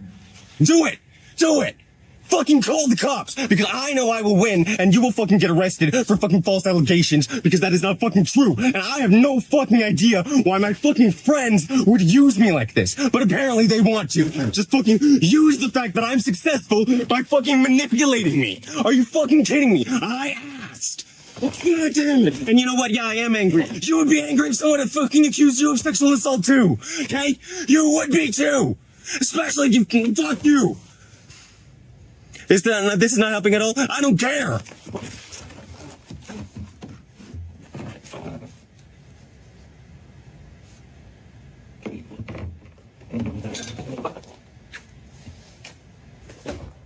What happened? I went on a date and I asked a girl if I could fuck. Again, a date. This is the thing, right? These little inconsistencies and like these fucking cracks in the story really reveal like just how deranged and delusional she is. I went on a date. You never said it was a date in those text messages. She is in a monogamous relationship. You know she's in a monogamous relationship. She made it clear that she is not looking to open it. When you have to ask her during the date whether or not she's in an open relationship, that means you did not specify it was a date before it actually happened. If it is really a date, you need to make that clear before you do it. Otherwise, you're just being a fucking weirdo teenager, like, mindset. It wasn't a date, and they weren't actually your friend. You know, you had one phone call, they were going through some shit. And I did hug her, right? And she hugged me, and she grabbed my butt, and I fucking grabbed her butt, and I grabbed her side too, and I asked her if it was okay that I was doing that, and she said yes, and then apparently she decided that she fucking regrets that, because she did have a fucking boyfriend who she spent the entire night trashing on and telling me how he fucking sucked, and she didn't feel like he like was spiritual enough for her, and how she was just doing her own thing. Like, and I suggested that maybe if she was just gonna do her own thing, which was the thing she said all night, then she shouldn't be with anyone, including her partner. I was not trying to get her to leave her partner for me. I said she was way spiritual for me. She was. I didn't want to be in a relationship with her. You know what? But I didn't think she wanted to be in a relationship with her partner, and as a friend, I gave her that fucking advice. So if you didn't want to be in a relationship with her, if you weren't interested in her, why were you groping her? Why were you grabbing her butt? That's what I mean. It's like you don't, again with this bullshit. Do you get in a relationship with me? No. Oh, well, I don't like you anyway. You're fucking ugly anyway. Is that right? Well, just a couple minutes ago, you were literally trying to grope me and like do a romantic 2 a.m. beach thing. In your words, you were on a date with her. There's just, oh man, just annoying really. Because Marcy's story doesn't really have any contradictions. Everything she says makes sense. There is a rhyme or reason to it, and the story never changes. This is completely different.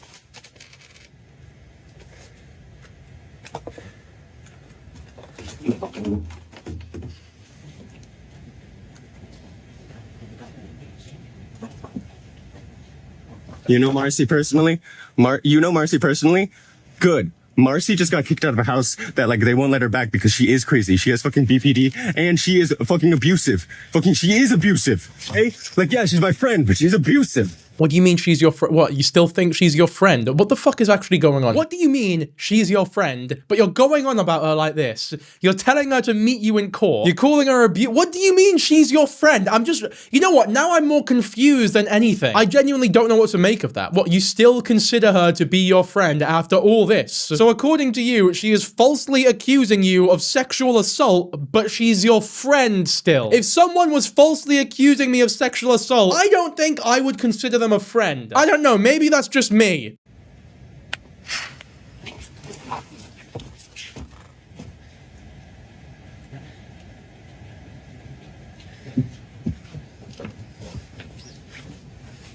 So look at how angry she's getting. Look how like mad they actually are and how fucking loud their voice can get. And we know she can do this for hours on end. It's like, yeah, I wonder why someone might be a little bit afraid of you when then we saw the picture, we saw the fucking size difference. But no, the only reason why she would be afraid or uncomfortable is if she's transphobic. That there's no other reason. Okay, this one will be a bit shorter. It's a girl named Chloe who has only made sort of one Instagram story about the whole thing, but has largely decided to remain public about everything, which is completely respectable. Long story short, they followed each other on Instagram and then they met up and both unfollowed each other, and Chloe put this story out. A con artist, short for confidence artist, is a person who deceives or tricks others to gain money, possessions, or other personal benefits through fraudulent schemes. They rely on manipulation, persuasion, and gaining the victim's trust or confidence to carry out their scam. Con artists often use charm and clever tactics to exploit people's vulnerabilities, greed, or emotion. Take that info as you will. Here's Lexity's side to that encounter, by the way. Well, the other thing is yeah. No, I won't talk about that. But someone's mad at me. Like, actually, no, I will, because it's kind of funny. Chloe's mad at me for being a con artist because I bought an expensive van and I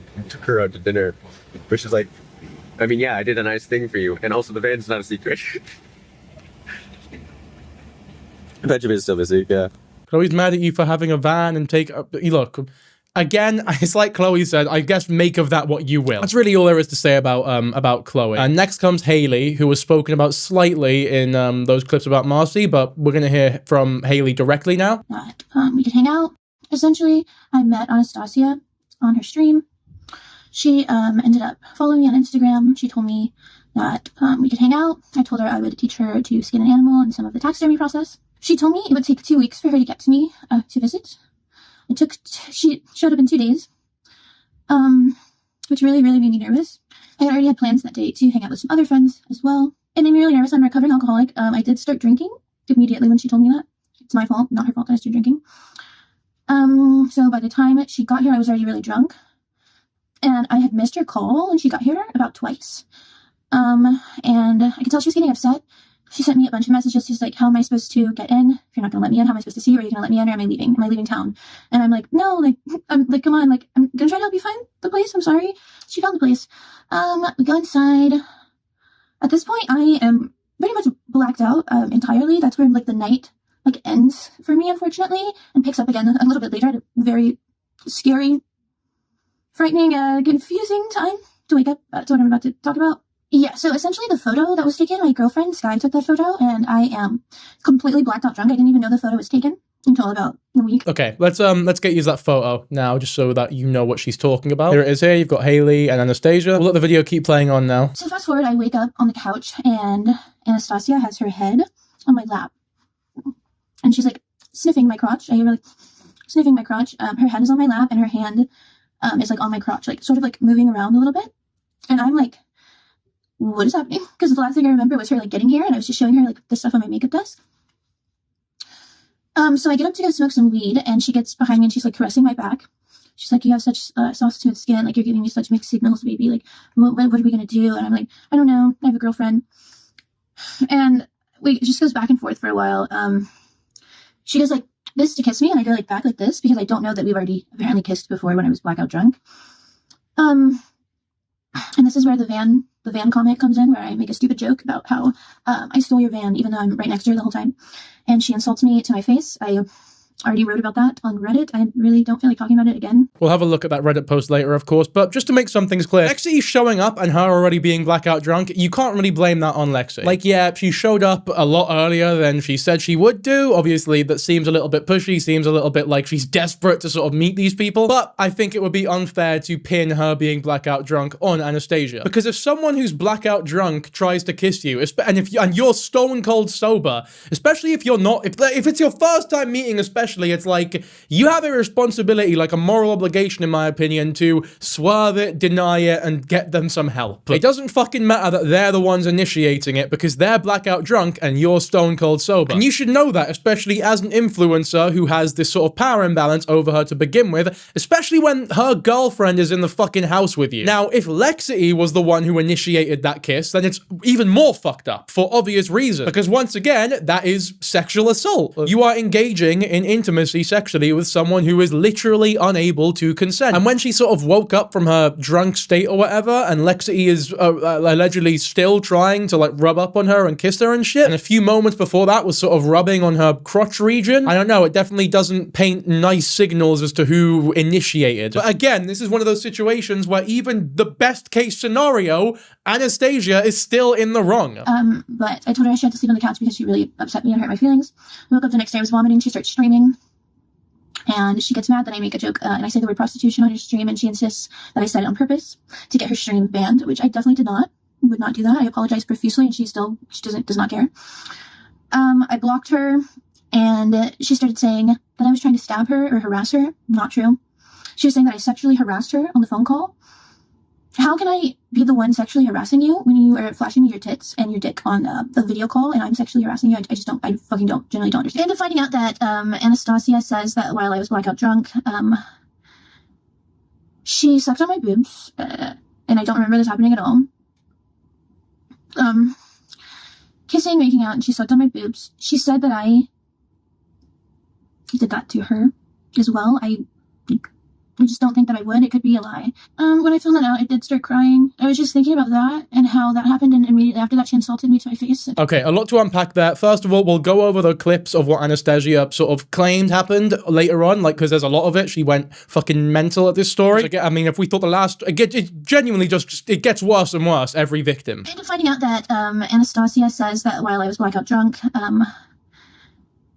she sucked on my boobs, and I don't remember this happening at all. Interesting. So Anastasia was the one who said that she was sucking on her boobs while she was blackout drunk. So she fucking admitted it. When she was blackout drunk, unable to consent, she is engaging in sexual intimacy with her. And that is like, that's not like that's like hardcore sexual intimacy. There's no withering or wavering around that. That is like complete sexual abuse. We'll have a look at those clips and everything that Anastasia said about this and all the admittance a bit later on. I want to sort of get through this video first, but none of it paints a pretty picture. And then she tried to blackmail me and say that we're no longer going to be friends at all unless you make a video discrediting all the victims and yourself. Like, tell them that you sexually harassed me and that I never sexually harassed anyone at all, like, or abused anyone or anything like that, even though there's proof of it. It really fucked a lot of shit up for me and a lot of other people, and you will never take accountability for it, apparently. Something I failed to mention is that while I was drunk, Anastasia did end up hugging my girlfriend and groping her and her ass without consent as well.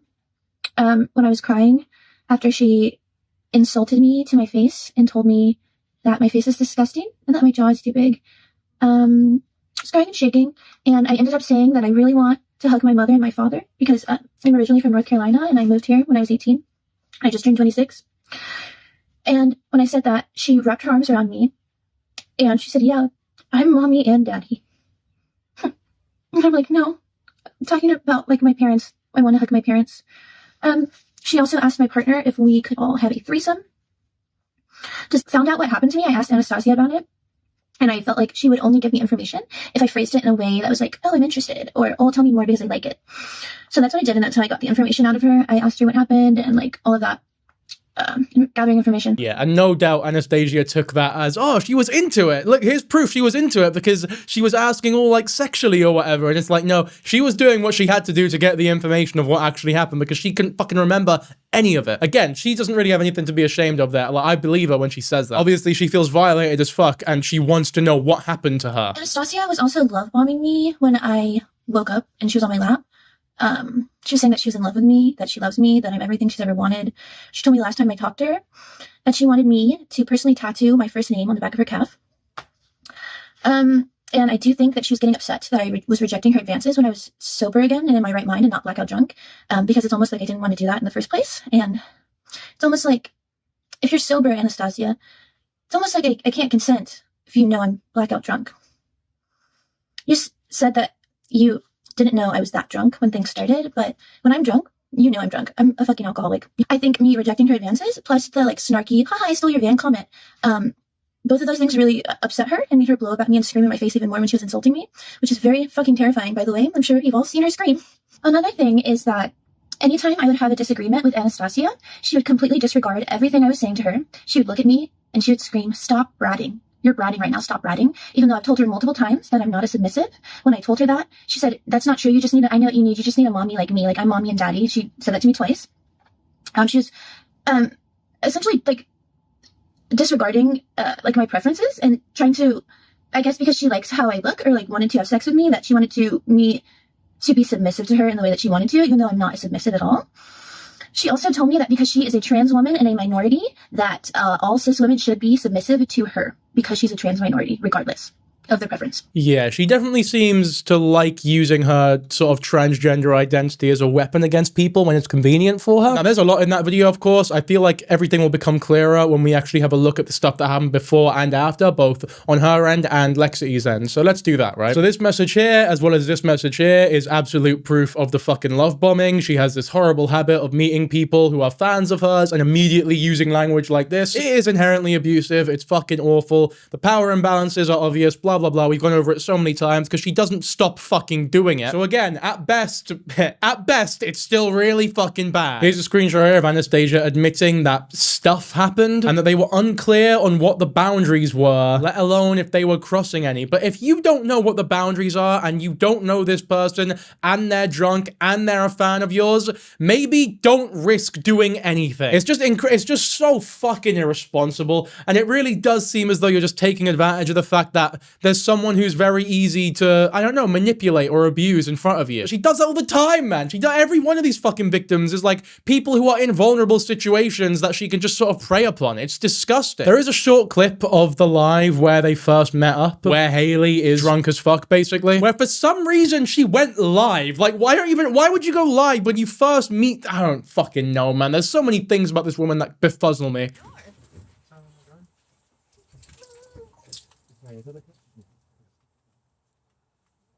Like wood, sweat, and dogs. Yeah, I'd rather do.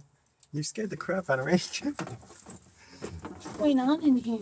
Nothing. This is such a big place. Yeah, it is. I'm just streaming. I'm streaming, actually. So what's going on? Right now? With no shoes on? Do you want to say hi to people? It smells like wood. It smells so good. Okay, yeah. You're so pretty. Thank you. Can I sit here? First, you can sit in this one. How many medications should I take from here? No. What's she taking today? Hello? No. You're cute. Is this your active pen? Yeah, it is.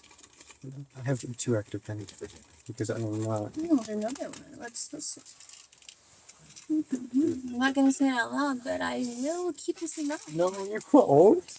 No. Yes, I will. Diabolical diabolos. It's always the plan. There you go. You're gonna do. What is this? Tic Tacs? She's not ready for me to get in the car. I'm not ready for it. I'm not ready for My anyone. seat is filthy. My seat, everything is broken. She's not even wearing shoes. I'm not. These are, yeah. Yeah. I know what they are.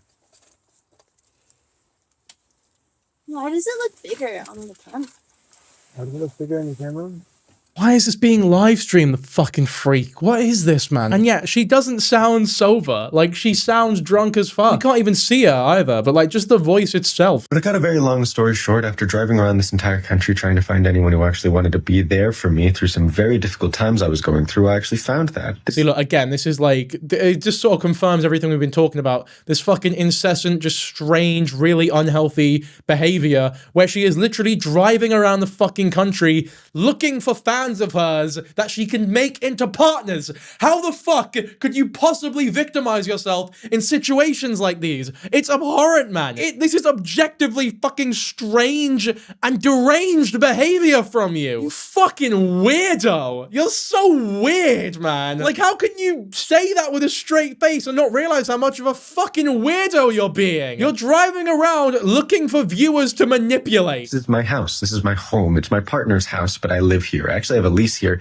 just because that was the easiest way for me to get proof of address, and I needed a proof of address to get my ID changed to this state and also to get my sink for my van, which is actually the last thing I really need to do on my van other than put in solar panels and I suppose just keep adding stuff. I'm not really ever going to be done, but I want to get the sink in there, and that's like the last major thing I need to do before it's like a living space. However, this is my house, and I have managed to find myself a loving partner She loves me very much, and a dog. She talks about partners like she's just gone shopping at fucking Walmart for them. Like, oh, I found a decent partner today, 50% off, and they love me a lot, so I reckon I'll keep this one. The last few, they weren't working too well for me. They didn't really like it when I yelled at them or sexually assaulted them, so I bit them off. But this one doesn't mind it, so I'll stay with this one. Anyway, we already know that all of Anastasia's takes on alcohol are fucking great, so let's see what else she has to say about alcohol and drunkenness and consent, shall we? They literally jumped on top of me. Drunk people can definitely sexually harass someone. Yeah, true, they can, but they can't consent, like this person here says. So they cannot consent. It is the job of the sober person to recognize that. There is no excuse he sexually assaulted her. Someone asked what they did, to which Anastasia says they were very pushy with my boundaries, and they kept setting boundaries that they would cross despite me trying to stop them, which is just deeply confusing. I would rather this just be a personal issue. They are accusing me of SA because they were very aggressive with me sexually. They got drunk and low-key sexually harassed me. Now they are blaming me. She also says, to be clear, they literally jumped on top of me. I literally couldn't keep them off me. You definitely could have kept them off you. It just seems as though you didn't want to. Like, you apologized for doing stuff with her. Like, you were very clearly, like, I don't know, for lack of a better word, enjoying the experience and actively engaging in it. And if you needed any, like, actual evidence, I think this is the worst evidence here, is like the actual, like, text messages proof here, which we'll read, obviously, because these are very important. Interestingly, these messages were actually posted by Anastasia, and I suppose it was meant to be evidence that she didn't do anything, but I don't know how she thought this didn't incriminate her even more. Shit like, I'm weirdly sure you will be in my life forever. I feel very connected to you and just definitely always want the best for you too. She says this to fucking everyone after knowing them for a couple of hours. And it's like, look, yes, I understand that if you look at her message there, she's also using language that is quite strong and, you know, pushy, but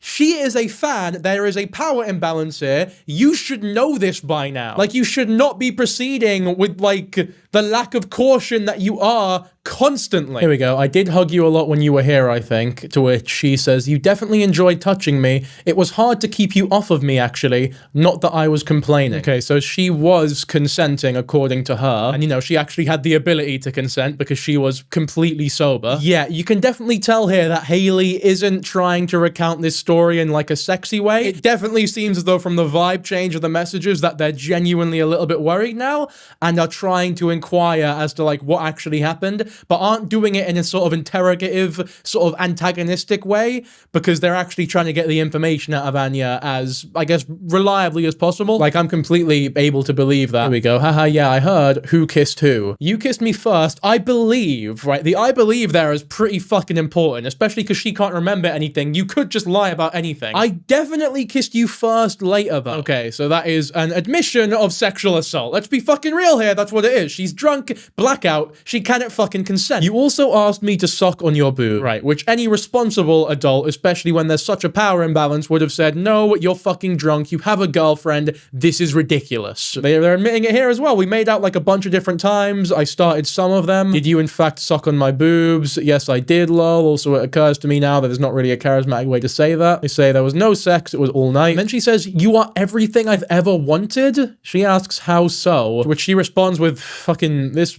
disturbing bullshit over here. She then says that she likes to jerk off in Haley's mother's mouth, which is an interesting comment to make, I suppose. I could not fucking imagine messaging a viewer this way. I want to vomit just thinking about it, man. Like, what the fuck is wrong with this woman? I don't care that they're reciprocating. This is a fucking fan of yours. There's such an imbalance. And then she says, do you still want to be friends? Because I do still, despite it all. Again, wanting to be friends with someone who is falsely accusing you of sexual assault.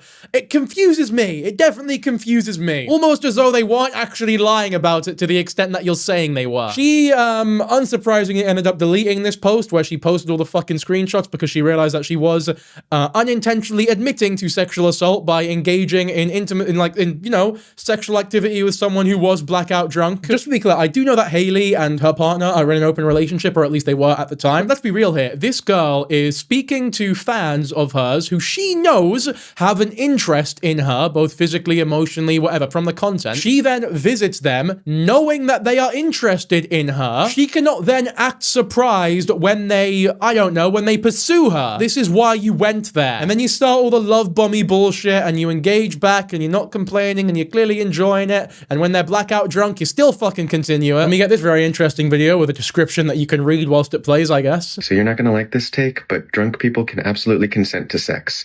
I was an alcoholic. You know what? It's like, do we even play the rest of the fucking video? It's like, that is just objectively wrong. There is no psychologist. There is no victim. There is no one with any fucking... There's just no one reasonable who will agree with that statement because it's bullshit. Like, that's the only thing. Well, that's the kind of thing that only people with ulterior or horrible motives would try to parrot. I was drunk every single day for like 3 years. I had a lot of sex during that time, and it wasn't all coercive. I knew what I was doing. And it is not up to other people to determine how drunk I am when they also might be intoxicated, and when I might be concealing how intoxicated I am. Yeah? You need to be very, very drunk for you to not be able to consent. Like, can't really walk or talk straight, right? Like, the kind of drunk where it is impossible for you to conceal how drunk you are. And at that point, yeah, you can't really consent to sex. But there is a large space in between sober and blackout drunk where you are very able to consent and even likely to try to consent just because alcohol makes people horny. Yeah, alcoholics can absolutely consent to sex, and they regularly do. I mean, this just sounds like cope. It just sounds like justifying why you engage sexually with someone who was clearly drunk. Because they're sort of just changing the rules or, I don't know, bending them slightly to defend yourself. Like, where's the line exactly? Do you not think that you have a responsibility as a content creator who is meeting a fan that's clearly interested in you to deny sexual intimacy with them, no matter what the level of drunkenness is? Like, you're a fucking grown woman. You need to get a grip. You need to get a grip, and you have to grow the fuck up because it's ridiculous, man. Like, it is just ridiculous. Like, I'm willing to give her grace when it comes to certain parts of this story, but like I say so many times, even if it's best case scenario, right? Even if there are small lies being told by, you know, certain victims or whatever, even if they're lying about huge parts of this, at best, even if everything she's saying is true, she is still a fucking deviant who's taking advantage of these, like, of these implicit power dynamics between her and viewers, as well as just people in emotionally vulnerable positions, and that she knows are in vulnerable positions. She knows are in relationships. She knows are drunk. None of it paints a pretty picture at all, especially when there's so many fucking victims that come out about this shit. She's turned off comments on these videos as well, which is ironic considering this is a person who has gone on and on about how important transparency is. Hey, sweet pea. So I've experienced a lot of cis women who think that they get to experiment with me and it's not cheating and it's not sexual. It is sexual. And if you grab my butt or my boobs, me reciprocating, that's actually, like, you know, kind of normal. That's a normal human interaction. If you don't want me to touch you, don't touch me. And if you touch me first, I don't have to ask, right? I mean, do I? Because, like, you didn't ask. But this is fucking horrifying because you said earlier that you did ask if you could touch Marcy's breasts or whatever, but now you're defending yourself in the, I guess, obscure case that you didn't ask. It's like, look, I did ask, but even if I didn't do anything wrong. It's like, well, why would you be saying that if you did ask, right? It doesn't matter if, you know, maybe it is okay if you didn't ask, but that's irrelevant here because according to you did, right? So why even bother defending the, I guess, hypothetical of you not asking? Kind of makes it seem as though you didn't fucking ask. She kicked me out because I'm violent when I'm mad. There is zero evidence of that ever. There is zero evidence of that ever. I get angry and I yell. If yelling is violence, then yes, I yell when I am mad. That is it. That's it. That's it. And in fact, my mother filed a restraining order against me that got immediately dismissed because she wasn't afraid of me, because there is no evidence that I have ever done anything physical to anyone. Oh no, this really didn't age well, by the way, because there is now evidence that she assaulted a fucking pregnant woman. Like without it being self-defense, which there isn't evidence for either. I just actually have defended myself sometimes, you know? Like, and I haven't hurt anyone. I have never hurt anyone, like, physically. I have gotten angry and I have yelled. That's it. That's still abusive, though, especially if, like, you know, well, I mean, no, it is just like what she did to Marcella was absolutely fucking abusive. Yelling at Haley's face as well, like when, like, insulting her and shit, that is also abusive. I mean, you know, I've gotten in like consensual scraps back in like fucking middle school, like, you know, but that's not what we're talking about, is it? No. I am not a physically abusive person, nor have I ever been.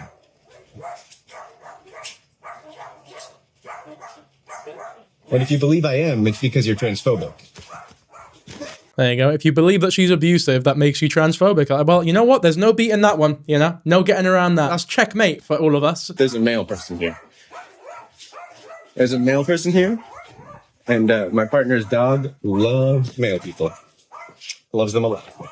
I feel like maybe part of her genuinely believes that it's impossible for her to engage in harmful or abusive behavior because she is a part of this sort of minority or oppressed group. But has she fucking heard herself yelling? That shit can be terrifying to so many people. I'm fucking terrified of it, and I'm just watching TikToks of it. The really harsh truth that nobody wants to admit is that cis women making accusations has and continues to reinforce the patriarchy and many other hierarchies present in our country, right? Like, historically, cis women making wild accusations against people of color caused them to be violently executed in extrajudicial crimes. Yeah, lynchings. It also caused the formation of groups such as the KKK and many other hate groups to protect the white women. You know, the Salem witch trials were started by young girls accusing people. The patriarchy functions in such a way that men are always persecutors and women are always persecuted.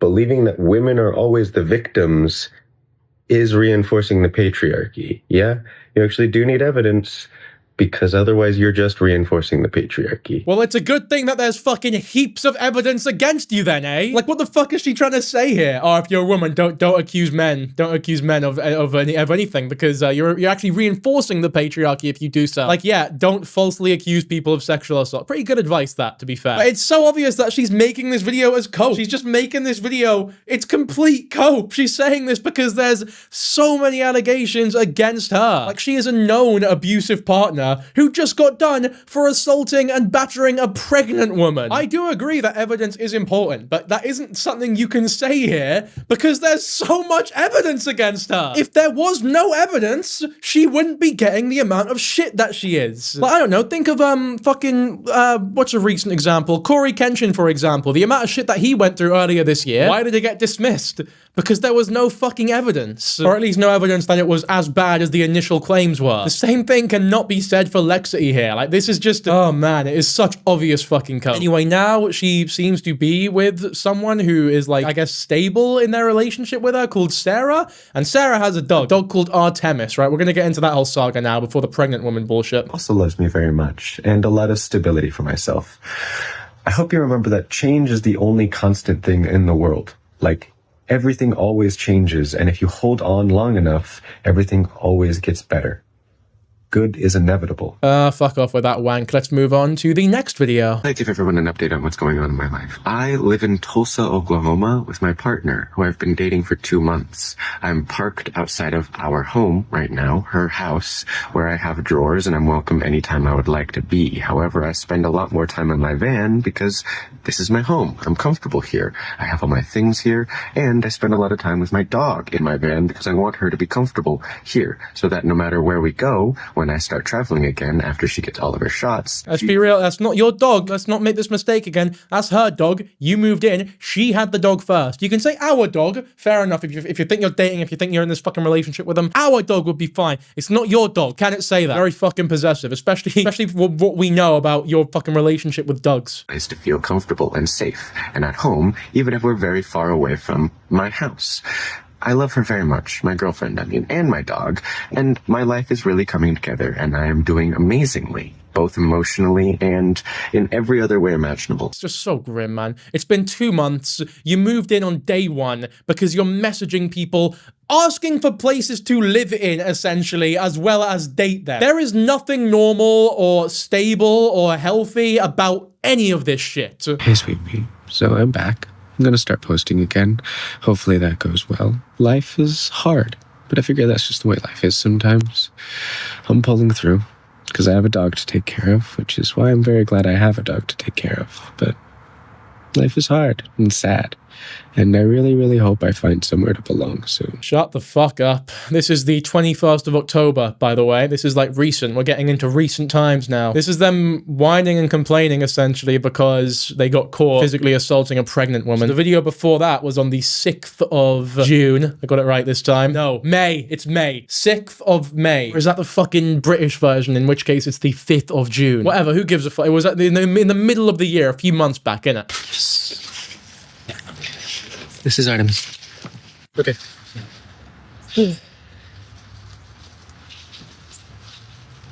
Yes. Good girl. That's the dog. Hopefully the dog's okay. The dog's the only good thing about this. I like that dog. It's really cute, to be fair. Shame that the owner is fucking Lexity. Anyway, this'll be a real shock to you guys, eh? I'm engaged. Check out my ring. It's alexandrite, so it's purple in this lighting, but if I go over here to natural lighting, it gets more like greenish blue. Isn't that cool? The engagement then got called off. Got a wee transcription of the live, because I can't find the actual live anywhere. Hey, so apparently the engagement's off, so that's fun. Like I said, nowhere's ever safe. Also, if you'd like to know what I did, I said, please don't talk to me. And then she wouldn't stop yelling at me, so, and I specifically told me that boundaries are something you set about what you do. You don't get to set boundaries for what someone else does, and like, I'm like, well, if you don't respect, like, what you do to me at all, you know what, fuck that. You can read all this if you want to. Long story short, it's messy. Who would have thought that someone you moved in with on day one, who was a fan of yours, who you moved way too quickly with, and the relationship wouldn't exactly go well, when every relationship before this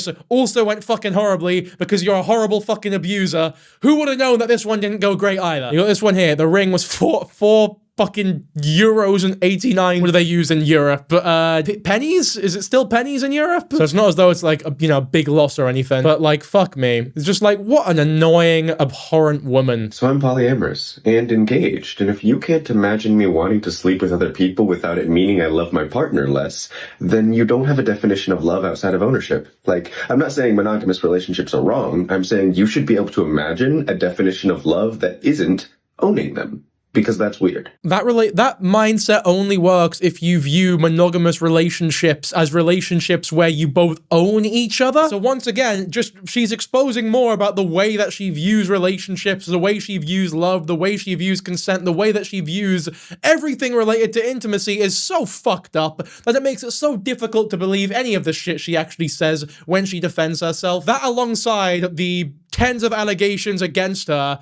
and the strange thing she says about accusing people upholds the patriarchy. It's a bad thing to do.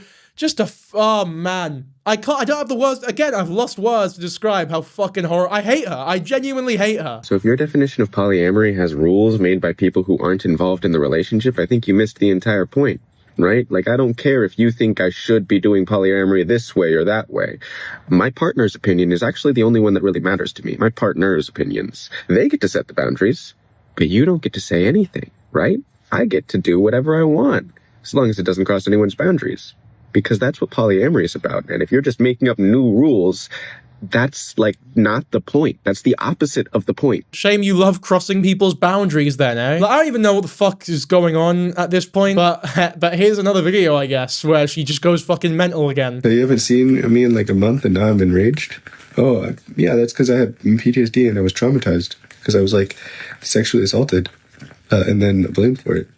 But right now I'm not really that mad, but I am mad pretty often because I was sexually assaulted.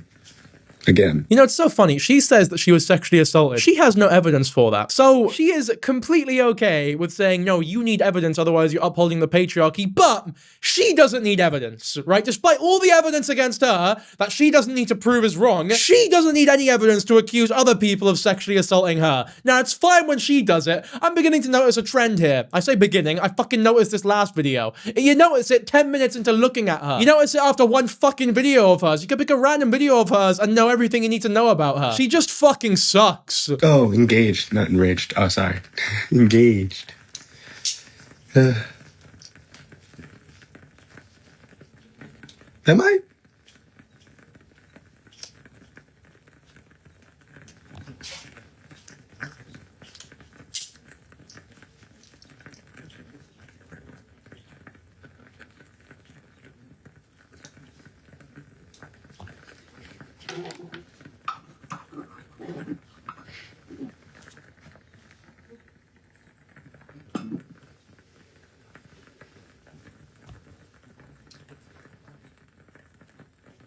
Hi. This is fucking thrilling content. I'm sure we can all agree. I definitely know why she has a career and why people donated 30 fucking grand for her to buy a van. Because I'm on the edge of my seat here. What fucking content this, I mean, truly.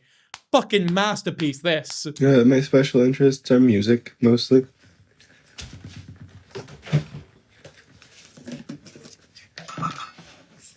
Anyways, I'm gonna get off. So, love you guys. I understand why you need to get off now. I mean, that must have taken a lot of energy, that live. You were really, putting out all the stops there. Anyway, here we go. The infamous arrest for assaulting a pregnant woman. Here's an amazing recap from a potato with a mouth, which I know doesn't look very serious, but it is. Let's just have a look, eh? Girl, how do I say this? So I've been waiting for something a little bit more substantial to happen before I made another one of these videos. And, I definitely got my wish. Yeah, we'll just say that. I got my wish. Before I even start talking about this, I want to make a few disclaimers. First of all, the person mentioned in this video is innocent until proven guilty. Second of all, I really hope I'm not going to come across as making light of any of this because it's not fucking funny. This is actually ridiculous. Why? If you don't want to make light of it, why are you a potato, mate? You could have just done a black screen and sort of voice over it a little. Why are you potato? Whatever, that's not important. Let's just have a watch, eh? So we got word 2 days ago that the subject of this sub, Anastasia Alexandria Lennon, was arrested for assault and battery on a pregnant woman and resisting arrest. Wait.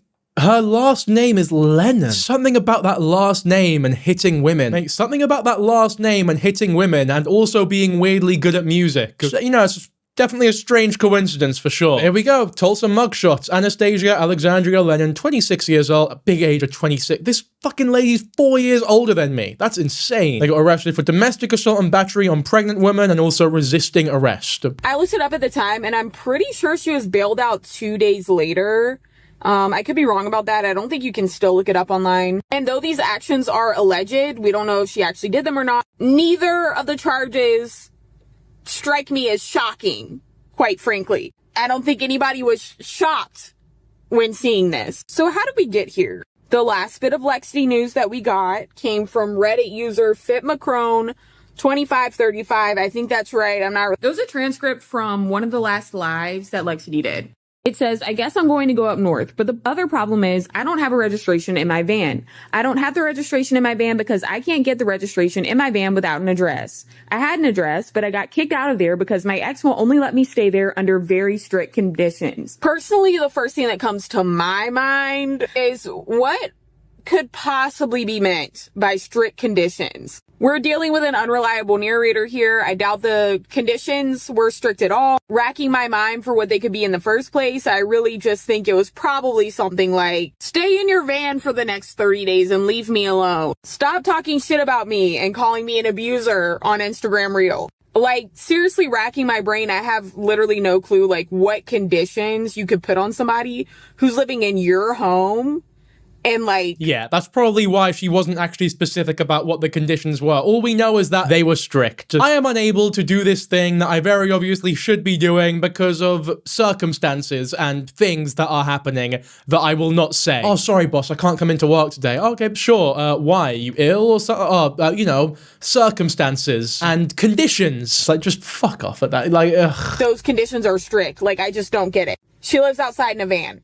It's not like she told her, don't turn your TV on after 7 p.m. or else I'll never be able to go to sleep. The TV is way too far away for anybody to hear it. Which, by the way, even if she did make that rule, you're living in her house rent-free. A fan of yours who you've fucking love bomb, manipulated and shit. You live by their fucking rules. It's their house. It's their dog. You're not the fucking dummy mummy here. You're the subby wubby. I just don't understand, you know? Like, they couldn't have been that strict, girl. Some very helpful Reddit users pointed out that, according to the live, her ex gave her a 30-day period to move out, and that her ex was recording all of their interactions before she left. User Sun Moon Stars also pointed out, really weird sort of coincidence that every time she gets in a relationship, it's never her that disengages. Every person who has ever been involved with her somehow fucking despises her by the end of it and wants her away from them. I guess the problem must just be them every single time and not the influencer who finds people in vulnerable positions, love bombs them, abuses them, yells at them, and is now hitting pregnant women. Months upon months to sort out this registration situation, and she chose not to do it.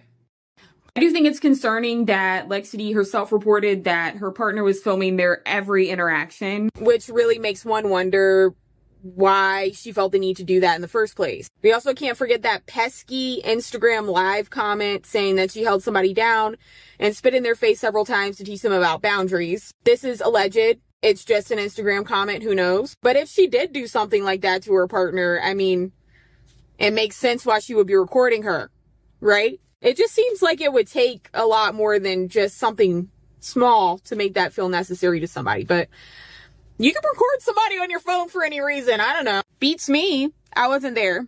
Well, I'm now getting kind of close to the limit of what Reddit will allow before it starts being rude to me when I try to upload this. But I do have a clip of the very last live that Lexity did before she went silent for several days. The entire live was literally 1 minute and 30 seconds long in full. I cut out the boring parts. Here it is. My mind. I don't know. I'm just really tired. But it's like so gosh dang hot. Okay? No. I'm not saying I'm okay. No piercings. I'm just sad. I've been trying to just like deal with stuff. I don't know. But it's okay. I'm probably just gonna take a nap. Can't be hot if you're not awake. Where are we today? Somewhere. Anyways, I love you. If anybody's curious, she posted this on July 2nd. You know, I've clocked as well. She's only popular because she's a victim. Like, she's only popular because she whines and complains a bunch. Like, her content is fucking boring. She's fucking boring. She's not funny. She's not entertaining. She just whines and complains and gets accused of assault and abuse. So, like, maybe her come up was somewhat authentic because of the fun fact videos and the flute boxing, talking about her mum and the dog, and she had sort of some good faith at the beginning, but it quickly became very apparent that she's just a piece of shit. And now it's only ironic support and fucking deranged people who don't know about her supporting her. So she posted this live in her van looking like she was, you know, going cross country or something like that. 6 days later, she's in jail. So that's about all we know about the situation. Maybe we'll never hear from her again. I just really hope that the other person involved is okay, that their baby's okay. It is just truly dastardly to do anything to a pregnant woman. Just absolutely crazy. And yeah, I just hope everybody involved in this situation is doing okay. Yeah, but the pregnant woman is going to have to acknowledge their responsibility and their part to play and then being assaulted by her. As we all know, that's how abuse works, at least according to fucking Lexity. But I know I shot your baby in the fucking head, but it did eat my broccoli. Some speculation here that the pregnant woman she assaulted was her partner or ex-partner. The same person who apparently bailed them out, which is interesting. Again, that's sort of, you know, speculation, so who really knows? Apparently, according to this Redditor, she was on Instagram Live claiming that the police made everything up and that she wasn't charged with anything. Again, I'm not sure if that's true because there's no video of it, but if it is, then it's bullshit because this is the arrest report right here. And you can't really argue against the validity of it. It says domestic as well, so I guess that does also imply that it was this partner. I wonder why the partner doesn't want you in their fucking house anymore. No, it's because their conditions are too strict. Oh, that's the issue here. You know, if there's anyone to be mad at, it's not the one who assaulted the pregnant woman, but it's the pregnant woman for not wanting said person to be in their house anymore and giving them 30 days notice, by the way. What a saint. I do like the top comment on this mugshot, by the way, by Sweet Pea. That's pretty funny. You know, because she cannot communicate her needs. Ever.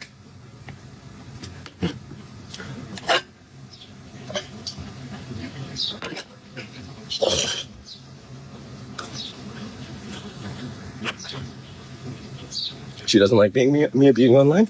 No, she doesn't like me being online, and she specifically doesn't like me doing this, which means talking about my life at all, because it involves her, and she's a narcissist. So anytime anything makes her feel bad about herself, she blames me entirely instead of accepting any responsibility. maybe it has something to do with you. That's her complaining about Sarah, the girl that she lived with, the most recent one that fucking kicked her out just recently. Well, I think it's sort of implied that it's Sarah. She doesn't say it explicitly there. But either way, I don't think she has the right to complain about these fucking partners when she's the one who is actively looking for fans of hers to move in with on day one and love bomb and do it. I've gone over it so many times. It's like she is so entitled to think that she has any right to complain about these people who are being so undeservedly kind to her by letting her stay rent-free, giving her 30 days notice to leave or whatever. She doesn't deserve any of this fucking kindness from them. And she's only getting it because they used to be fans of hers, I guess. Here's a comment from Black Cloud Shimmer, who is allegedly her girlfriend, detailing something incredibly traumatic that happened in the relationship. I'm not going to read it out, but it's on screen now if you want to see it. Apparently they ordered a 6-pack of beer afterwards instead of sushi, which she claimed it was. Now, I've just clocked, actually, there is a chance that that spitting incident right there could be the assault charge. Yeah, look, spitting in someone's face is an assault and battery in Oklahoma. Any threat or attempt to cause physical harm is legally called an assault. Yeah, it's very likely, if that story is true, that that might have been the alleged assault here. Anyway, then she had a sort of just pearly things men's rights era, which is interesting. Here we go. Here's her talking about the patriarchy and how women benefit from it, which we should all listen, because she's a great intellectual. She's only said agreeable, smart, intelligent things so far, so let's hear more about what she has to say. It is depressing that boys get blamed for a system that predates them and harms them. Women are exactly as responsible and exactly as much of victims. Life expectancy and happiness are ridiculously important metrics. Power is poison, and I refuse to blame those that never chose it. All right, well, let's have a look, shall we? So blaming men for a system that they were born into makes as much sense as blaming women for a system that they were born into. And if you think that it is solely men holding up the patriarchy, you like literally have not met very many women. Okay? There is a huge number of women who benefit from the patriarchy and uphold it, you know, like on their children, right? And on top of that, blaming men for their lower life expectancy and blaming men for their mental health crisis is certainly definitely making them worse and not making them want to fight the patriarchy. If you refuse to let men view themselves as victims of the patriarchy, why on earth do you think that they would ever help you dismantle it? Is there anyone out there arguing that there's no woman on the fucking planet that benefits from the patriarchy or is upholding it, whether it be intentionally or not? So I'm just not sure this person is as fucking switched on or, I don't know, as out the box or controversial as they think they are. I don't know many reputable or popular women online who are blaming men for, you know, the suicide rate or the mental health crisis, for example. Now, there's a difference between blaming men for it and, you know, calmly explaining why it's a thing that exists. Like, if you point out the reason as to why the suicide rate for men is higher, that doesn't really count as blaming them. You sort of need to find the reason out so that you can help fix it. And it's pretty simple. Like, when women who have female friends are sad or, you know, potentially on the verge of a really horrible mental health crisis, maybe even thinking about doing something horrible like suicide, they tend to talk to each other about it. They have, like, when you hear women talk to each other about emotions and shit, they have, like, these really deep, fulfilling, amazing conversations about it. It's a lot rarer, I think, generally, it's safe to say, for women to struggle in silence than it is for men. I'm not saying it's, like, exclusive or anything, but I think generally that's true, whereas men who are on the verge of suicide, a lot of the time, you wouldn't even fucking know. Like, there are so many people out there that are, like, would act completely normal, they're, like, completely indifferent from how they usually act, who are on the verge of suicide. And saying that men don't have those emotionally fulfilling and sort of open conversations with each other isn't necessarily blaming them for it. It's just explaining how they can improve, which is important to do. Like, you can't just ignore the fucking issue and hope it gets better. So if you think men benefit from the patriarchy, you are, one, factually incorrect. They have a lower life expectancy and are going through a serious mental health crisis, so they're less happy and less healthy. That's not benefiting, right? And on top of that, you are also arguing for the patriarchy, right? Like, men are victims of the patriarchy, and refusing to let them view themselves that way is an argument for them supporting the patriarchy. Stop arguing. You know, those aren't really the only metrics to measure happiness or well-being, for example. Like, yeah, women tend to live longer than men, but they're also a lot more likely to be sexually assaulted. That we can go back and forth. We can play fucking ping pong with privileges of being either gender. You can't just pick one or two things that one gender goes through and go, you know what, it's actually easier for them, or the exact same. It's incredibly fucking reductive and irresponsible and dumb. Like, anytime she actually tries to talk about something complex, it's It's incredibly stupid and surface level and most importantly wrong. Fucking naive and every word under the sun that is negative. So if you think that gender and sex are the same thing, why do you think that it is normal to color code your children so that strangers know what their genitals look like?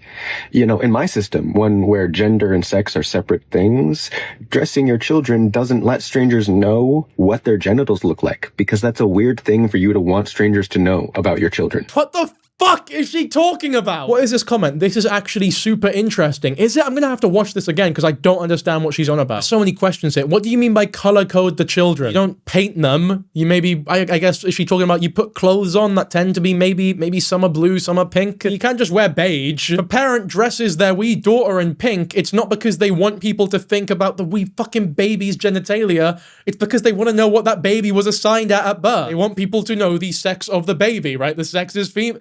There's just no, oh my god, what is she I genuinely am, again, if I'm missing something here, let me know. But on the topic of Anastasia talking about children and their we're done. I think we're done. That's the end of this video. If you want another video on Anastasia, be sure to let me know. I'm sure there might be more to talk about. But for now, again, I've been recording for an exorbitant amount of time. I feel bad for my editor who has to comb through all this shit. So hopefully you'll enjoy the video as usual. Be sure to head over to my Instagram and vote on that poll because you will be deciding the fate of my locks from now on and forever. But aside from all that, again, hope you all enjoyed. If you did, be sure to subscribe to the channel, like the video, leave a comment, and I will catch you all in the next... Oh, Merry Christmas, by the way. Hope you had a good Christmas. This will probably be up on Boxing Day or the 27th or something, but hope you all enjoyed, you know? And if you don't celebrate Christmas, I hope you just had a good day, you know?